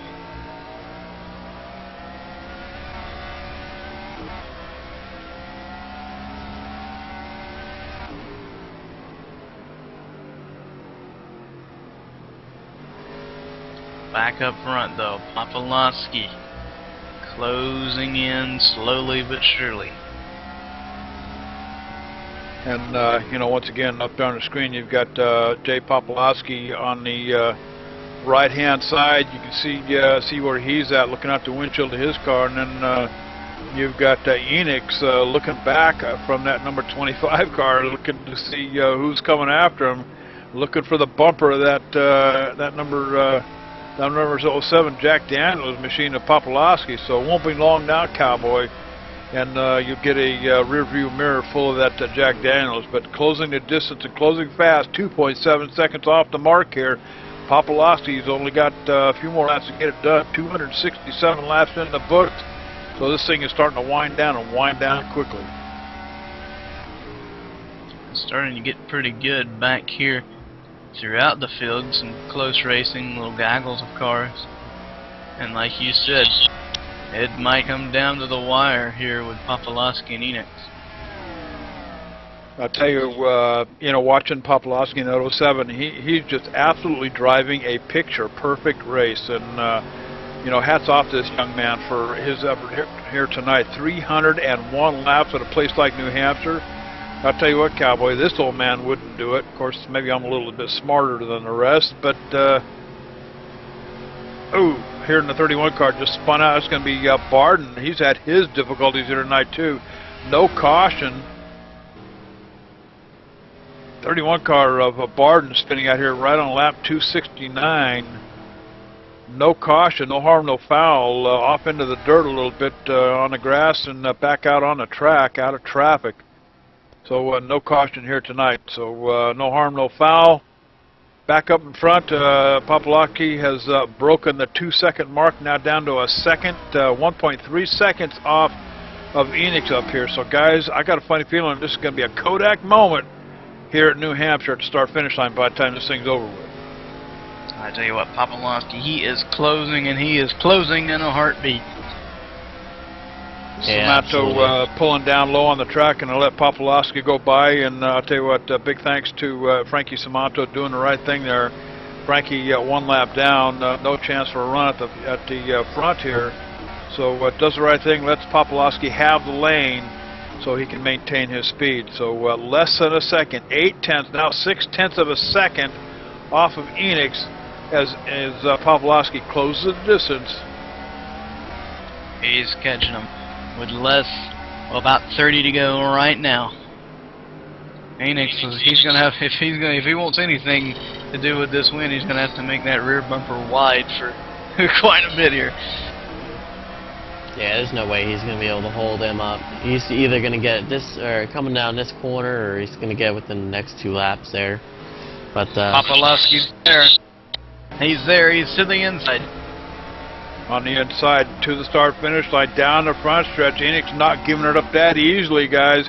Popolowski staying on the bottom down here. He's going to get the run going into turn 1 on the apron line down there. He's got to be careful. Keep the eyeballs forward. Coming off the turn, it's going to be Popolowski. Get the run on the Enix side by side, coming down the backstretch, going into turn 3. Both of them getting off the gas at virtually the same time. Popolowski's going to have the run on the bottom as he outdrives him through the turns. And Popolowski back to the front here at New Hampshire.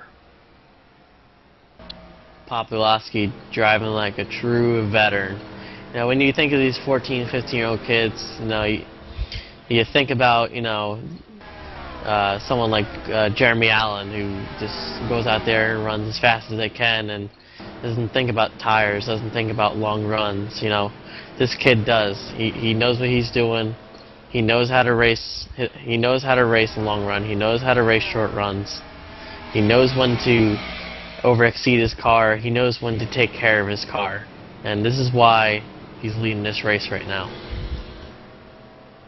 He's slowly starting to pull away from Enix as they head off of turn number 4 down the back straightaway. About only thing that these guys are praying for right now is a caution. And the only ones left on the lead lap behind Popolowski, guys, or Popolowski, is Enix. Tim St. Jean having a good run here at New Hampshire. And that 17 machine, I told you, keep your eyeballs on that machine driven by Steve Mohana down there. A good top 5 finish for him. He's the last car on the lead lap. Frankie Samato in 5th position. First car 1 lap down. Not going to be any help coming off a lucky dog, I don't believe. Of course, you never know. 276 laps in the book. We are on the absolute downhill side of this thing, Cowboy, as Frankie Samato starts to encounter some more lap down traffic. It's going to be Wilson and that 88 machine on the outside, the 68 of Baker, as Frankie Samato goes around him. So I tell you what, a night here at New Hampshire. Started out with a number of cautions just past the halfway point, but after that started seeing some long green flag runs. Pretty much what they had on Thursday night in a practice race. So Popolowski currently has the lead right now, 1.4 seconds out in front of Enix. So very comfortable lead for that 07 machine, guys. See a little bit of tire smoke right there down in turn 1. Samato, though, he's getting around Enix. Maybe he might go up there and try and work on Popolowski, try and get his lap back the hard way here. Yeah, and then going back to Mohana, he was outside the top 10 when this green flag run started, and he's slowly, just like J-Pop, he's taking care of his stuff, and he's letting these guys that are driving too aggressive come to him, and he's making the passes. And that's the reason why he's in the top 5 right now. He has a really good long run car, and he's taking care of his stuff. Although probably in about like 5 to 6 laps, he'll be going a lap down to J-Pop, because that car that J-Pop has is just so good right now. Battle for 10th back here between Pierce and Turner. This is getting good. Turner trying to get the run off 4 here, and it seems like his car isn't handling the way he needs it to be right now.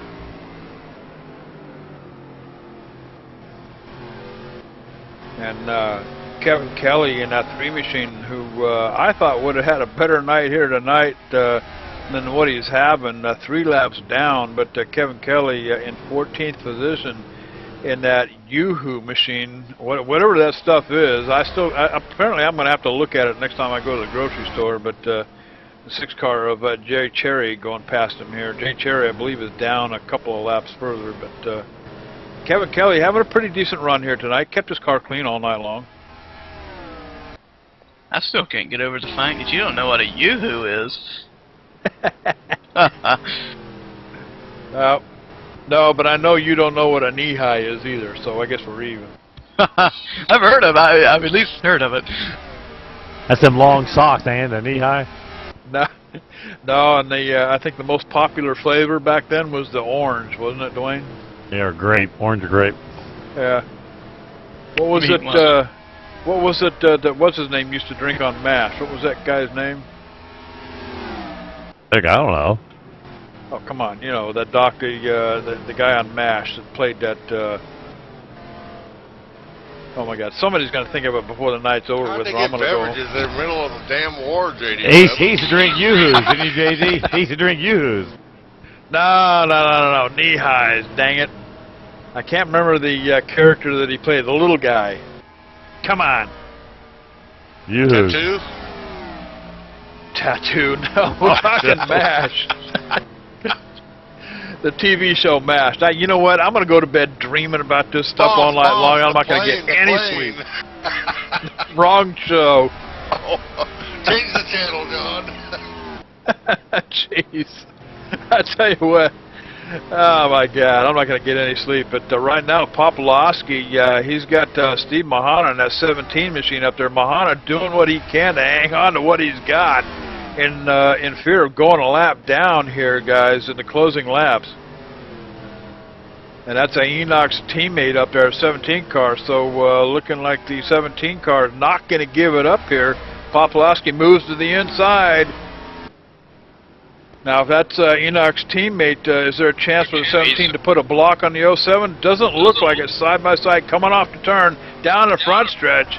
Mahana going... Go ahead. He is racing him pretty hard to be a lapped car. We'll just have to wait and see how this folds out here. Also saw Enoch's put in the chat over here that he was pitting, but I looked back at his car, I'm like, he can't be pitting. Do you think he might have been playing some mind games right there with Popolowski? I don't know, 17 car giving Popolowski a run for his money down here, but it looks like he might be squeezing him down here a little bit, just trying to force the 07 into making a mistake.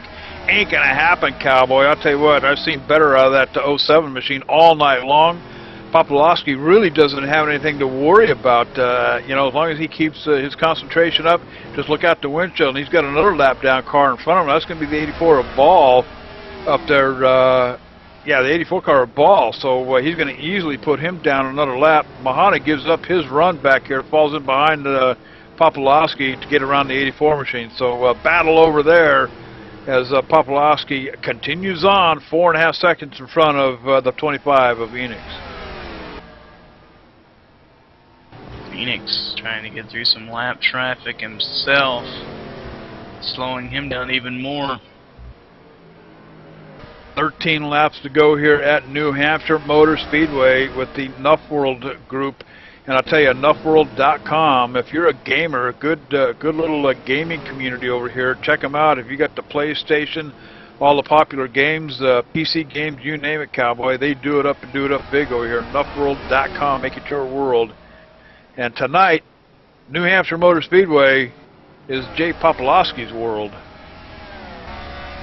Absolutely, and you know, you're about to have a battle for 4th place there, and not only is it a battle for 4th place, it's going to be a battle for the lucky dog, because those two are first ones lapped down.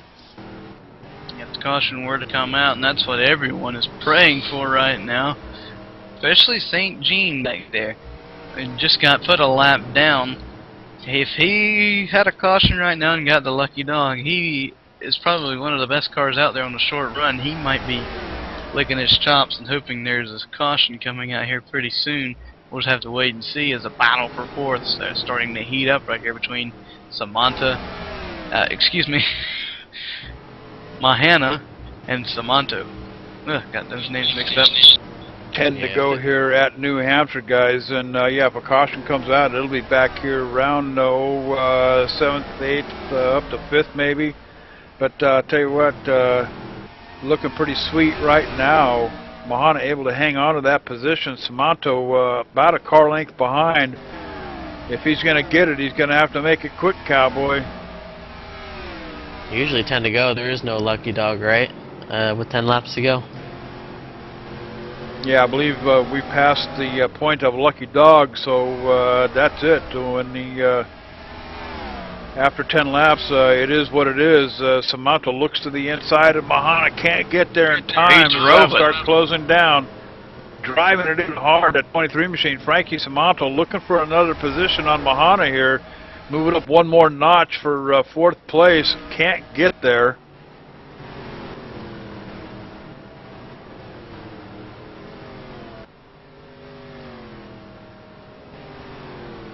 Yeah, he has like 9, 8 laps to go. You know, he has to take his time. He has fresher tires than Mahana. He'll eventually get him before the end of the race. He's got to take his time. Right now, up in front, the 07 of Popolowski, he's got a very comfortable 7.5 second lead over Enix, so ain't going to happen tonight for that 25 machine for sure. But I'll tell you what, in behind him, Tim St. Jean, he's 22 seconds behind, assured a 3rd place finish here tonight. Should no problems arise, but the battle between 4th and 5th back here heating up. 23 car, Frankie Samanto right there, side by side, coming off a turn 4, down the front stretch. 17 goes a little bit wide. Look at that, oh! Drag race down the front stretch here, going into turn 1. 23 and 17 side by side to the finish here, guys. Samanto's got the run coming into turn 1, gone off of turn 2. Horsepower going to prevail. The 23 car on the gets bottom. the run out of 2. Look at them. They're still side by side. What a great battle. Look at Mahana.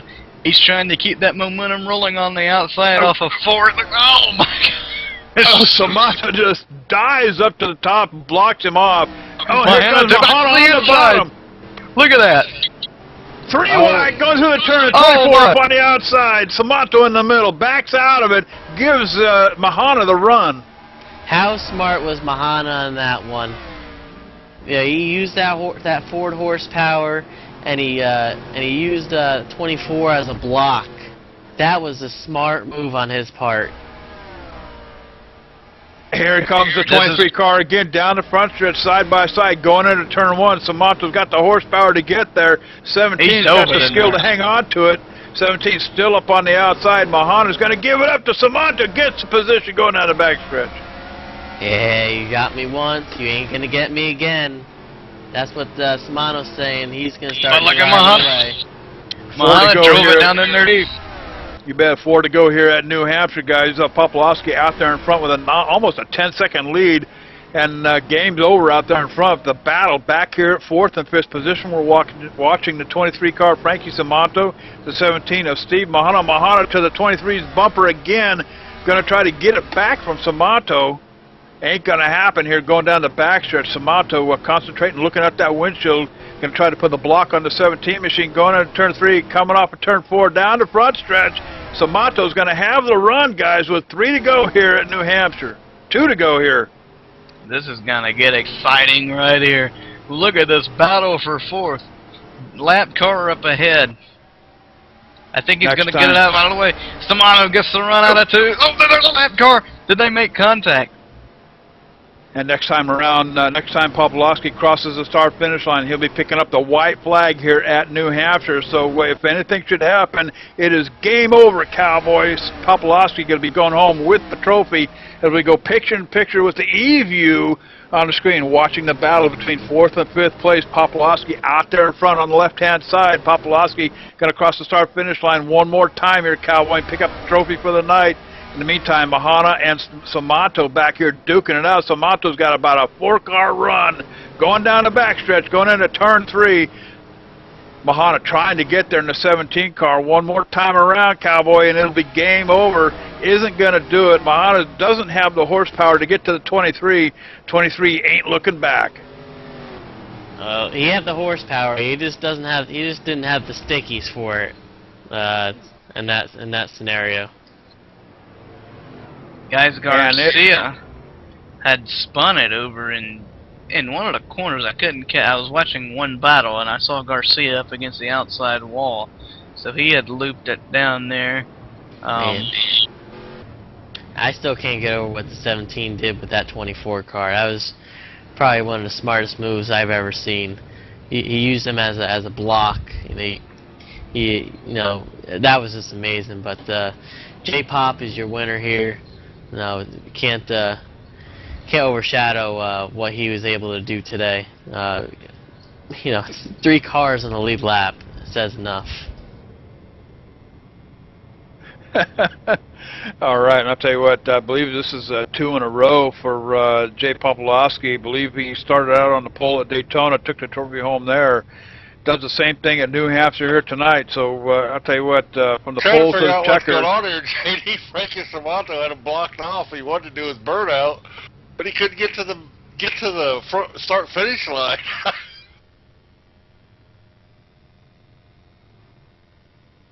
All right. It's the first time I'm ever seeing a burnout on pit road. So, it's always the first time for everything, right? They got them all held up down there at the entrance to pit road. Going to let Popolowski celebrate his win as he makes his way over to the winner's circle. I'll tell you what, why don't we go ahead and step away. We'll take a commercial break and we'll get ready for the HD Radio Network post-race show here from New Hampshire Motor Speedway. So don't wander off, cowboy. We'll be right back.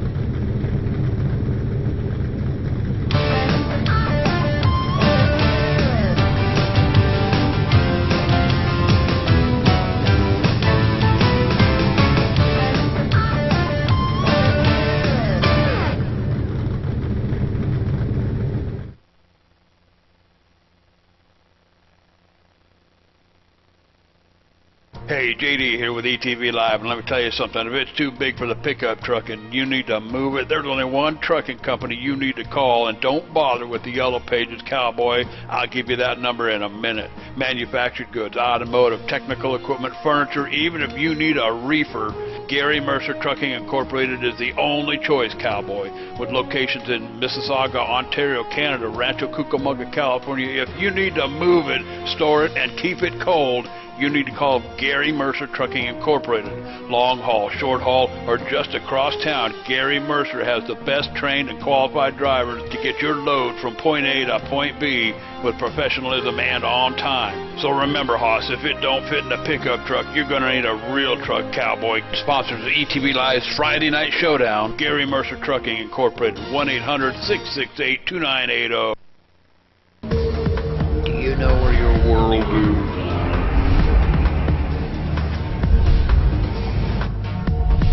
I think I found it.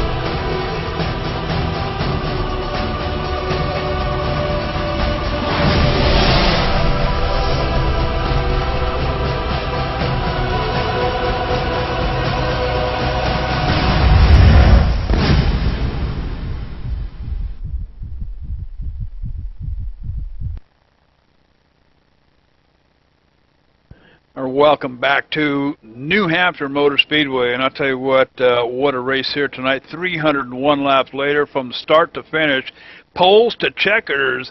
That young man in that number 07 Jack Daniels machine taking a big one home here tonight, and that's going to be Mr. Popolowski. And I'll tell you, let me ask you, would you do that again? Would you take it back out there and ride another 301 laps? But this time, just kind of tell us how it's done, so we can maybe put a lesson together. Would you mind doing that, Pop? I would have no problem doing that. This is Big win for me. Since it's my home track, I was really hoping to win, and I'll have no problem going out there doing another 300 laps. I tell you what, you certainly put on a clinic here tonight, and you know, from the get-go, of course, you know, working with 30 other drivers out there on the track, of course, nothing but obstacles for the most part at any given time. First part of the race, let's go back, you know, working cautions, about 13 of them, coming about 10 laps apart. Were you worried about any kind of strategy that you might have had coming into the race tonight? No, I wasn't worried at all, but I knew there was going to be a lot of cautions off to begin with the race, but there was really no prior strategy, and I wasn't worried about any other type of strategy. But let's take you back to the last pit stop here tonight. You're about 30 seconds off or so of Enix. Enix sitting back there. He had already made his pit stop, but you were up next. You come down pit road. Of course, he goes whizzing by you down the front stretch. You come off of pit road. Now you're about 12 seconds behind. What was going through your mind at that time? Well, my plan, no matter what, even if he did short pit me, was to pit. I had my plan to pit on lap 250. I knew he would probably try and short pit, and I was really not worried. I knew maybe I was a little faster than him on the longer run, but I was just hanging in there, and I had some great spotters tonight that really helped me out. Well, congratulations again, taking a big one home here from New Hampshire Motor Speedway. Who made it happen for you here tonight, bud? I'd like to thank my whole team, Swagger, especially our team leader and pretty much the setup maker, Louis Bussa. He wrecked out tonight, but he was one of those who helped spot for me at the end of the race. I really got to give big thanks to him. All enough admins and everything. Outstanding, and again, congratulations on the win here tonight. I'm going to throw it on down pit road. I believe Ben Kilcrease is standing by with a very solid second-place finisher, number 25 of Mr. Enix. Yeah, JD, I'm down here with Jeremy Enix. He started third tonight, couldn't get that 24th career win. Jeremy, tell us about your race. Well, first and foremost, I want to say congratulations to J-Pop and that whole team over at Swagger. They had an amazing run tonight. It kind of sucks that Bussa wrecked out, or that would have been a good three-way battle. But this whole race was just a mess. I had a pit strategy to make it a three-stop race, and that got thrown out the window with the first caution. But there was some good racing all around. Teammates ran very well tonight. I think one of them came home in 4th or 5th, so we got 2 of us in the top 5. And I was just fighting the car all night, super, super tight, and we got behind on our adjustments, or else we might have had something for J-Pop at the end.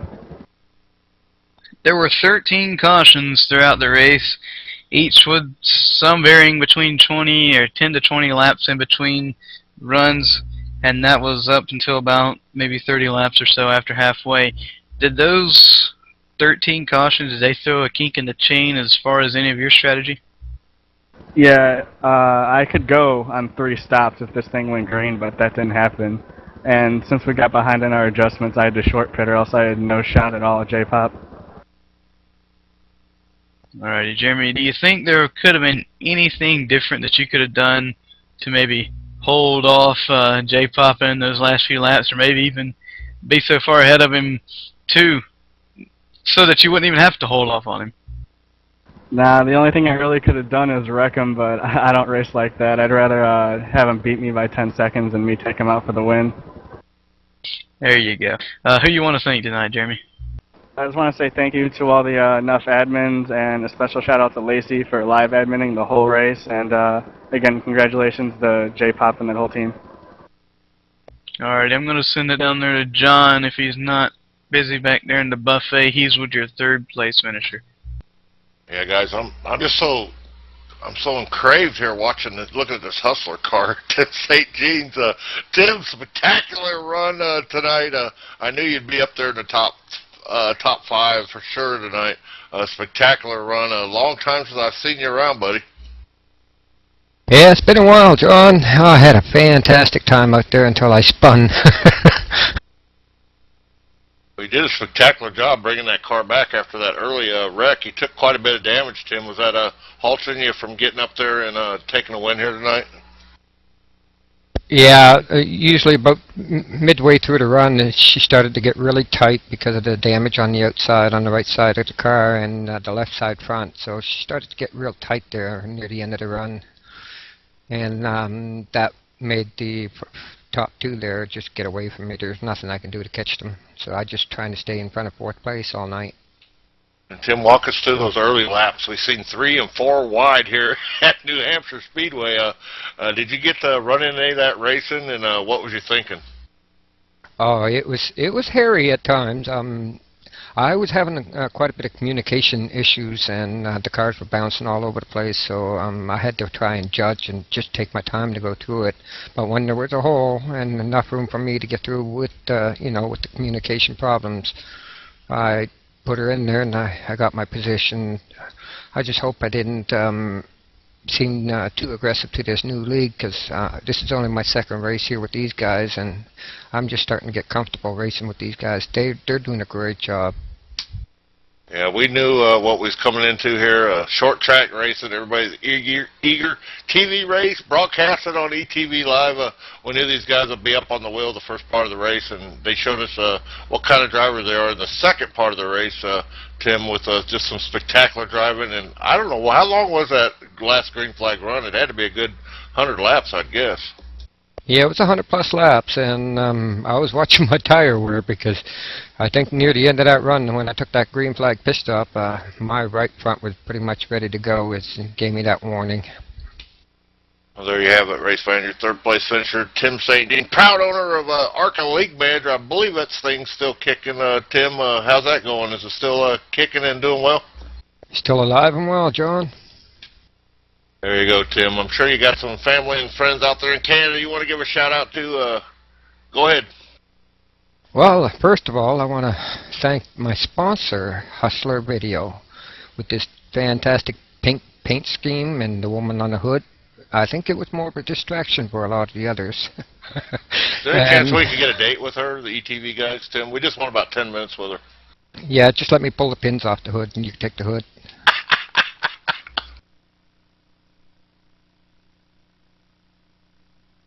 There you have it, JD. Well, get us out of here, son. All right. Hey, I'm trying to set a meeting up with Tim after the race. Hopefully he can make it, because I know he's pretty wore out. But Ben, Kyle, closing thoughts here tonight. 301 laps, New Hampshire Motor Speedway. I mean, it's a tough track to start with before you even get here, before you even pull it off the hauler. But halfway, working 13 cautions, but they seem to have got it sorted out here about halfway through. Had some pretty good running here, pretty good racing here later in the race. Yeah, they had a few cautions early on, but like you said, they did get it sorted out. Got some great green flag racing in, and it turned out to be some pretty good battles there in the closing laps. But if you don't mind, I want to send a shootout. One of my great friends, his sister just had her first child, Jaden. So congratulations, Christy and Jason, on Jaden. We wish you well if you guys are watching tonight. Outstanding. And Kyle Lent, of course, started the race here tonight. I guess kind of a practice session for a little bit, getting set for a championship run over at RaceSimNation.net. Kyle, thanks for joining us in the booth here tonight, bud. Yeah, absolutely, man. Like I said, it's a pleasure. You guys are the best. This is always loved helping you guys out over on this side. Overall, a rough start to this race, but a really nice run at the end there. And a really nice run by J-Pop. So leader of the field here today. 3 cars in the lead lap, finishing it. But we go from here to Pocono, and hopefully we can get a good race over there. All right, and I'll tell you what, it's over here at New Hampshire, but I'll tell you what, it ain't over here at ETV Live. There's a whole lot more racing coming your way. Going to start off tomorrow night, 9:30 p.m. If you like playing in the dirt, USAC Midget at Ace Speedway tomorrow night, right here live on ETV Live. Just click on the Dirt channel up there at the top of the page. Monday night, 9:30 p.m., Stock Car channel. going to be here at New Hampshire again with real sim racing.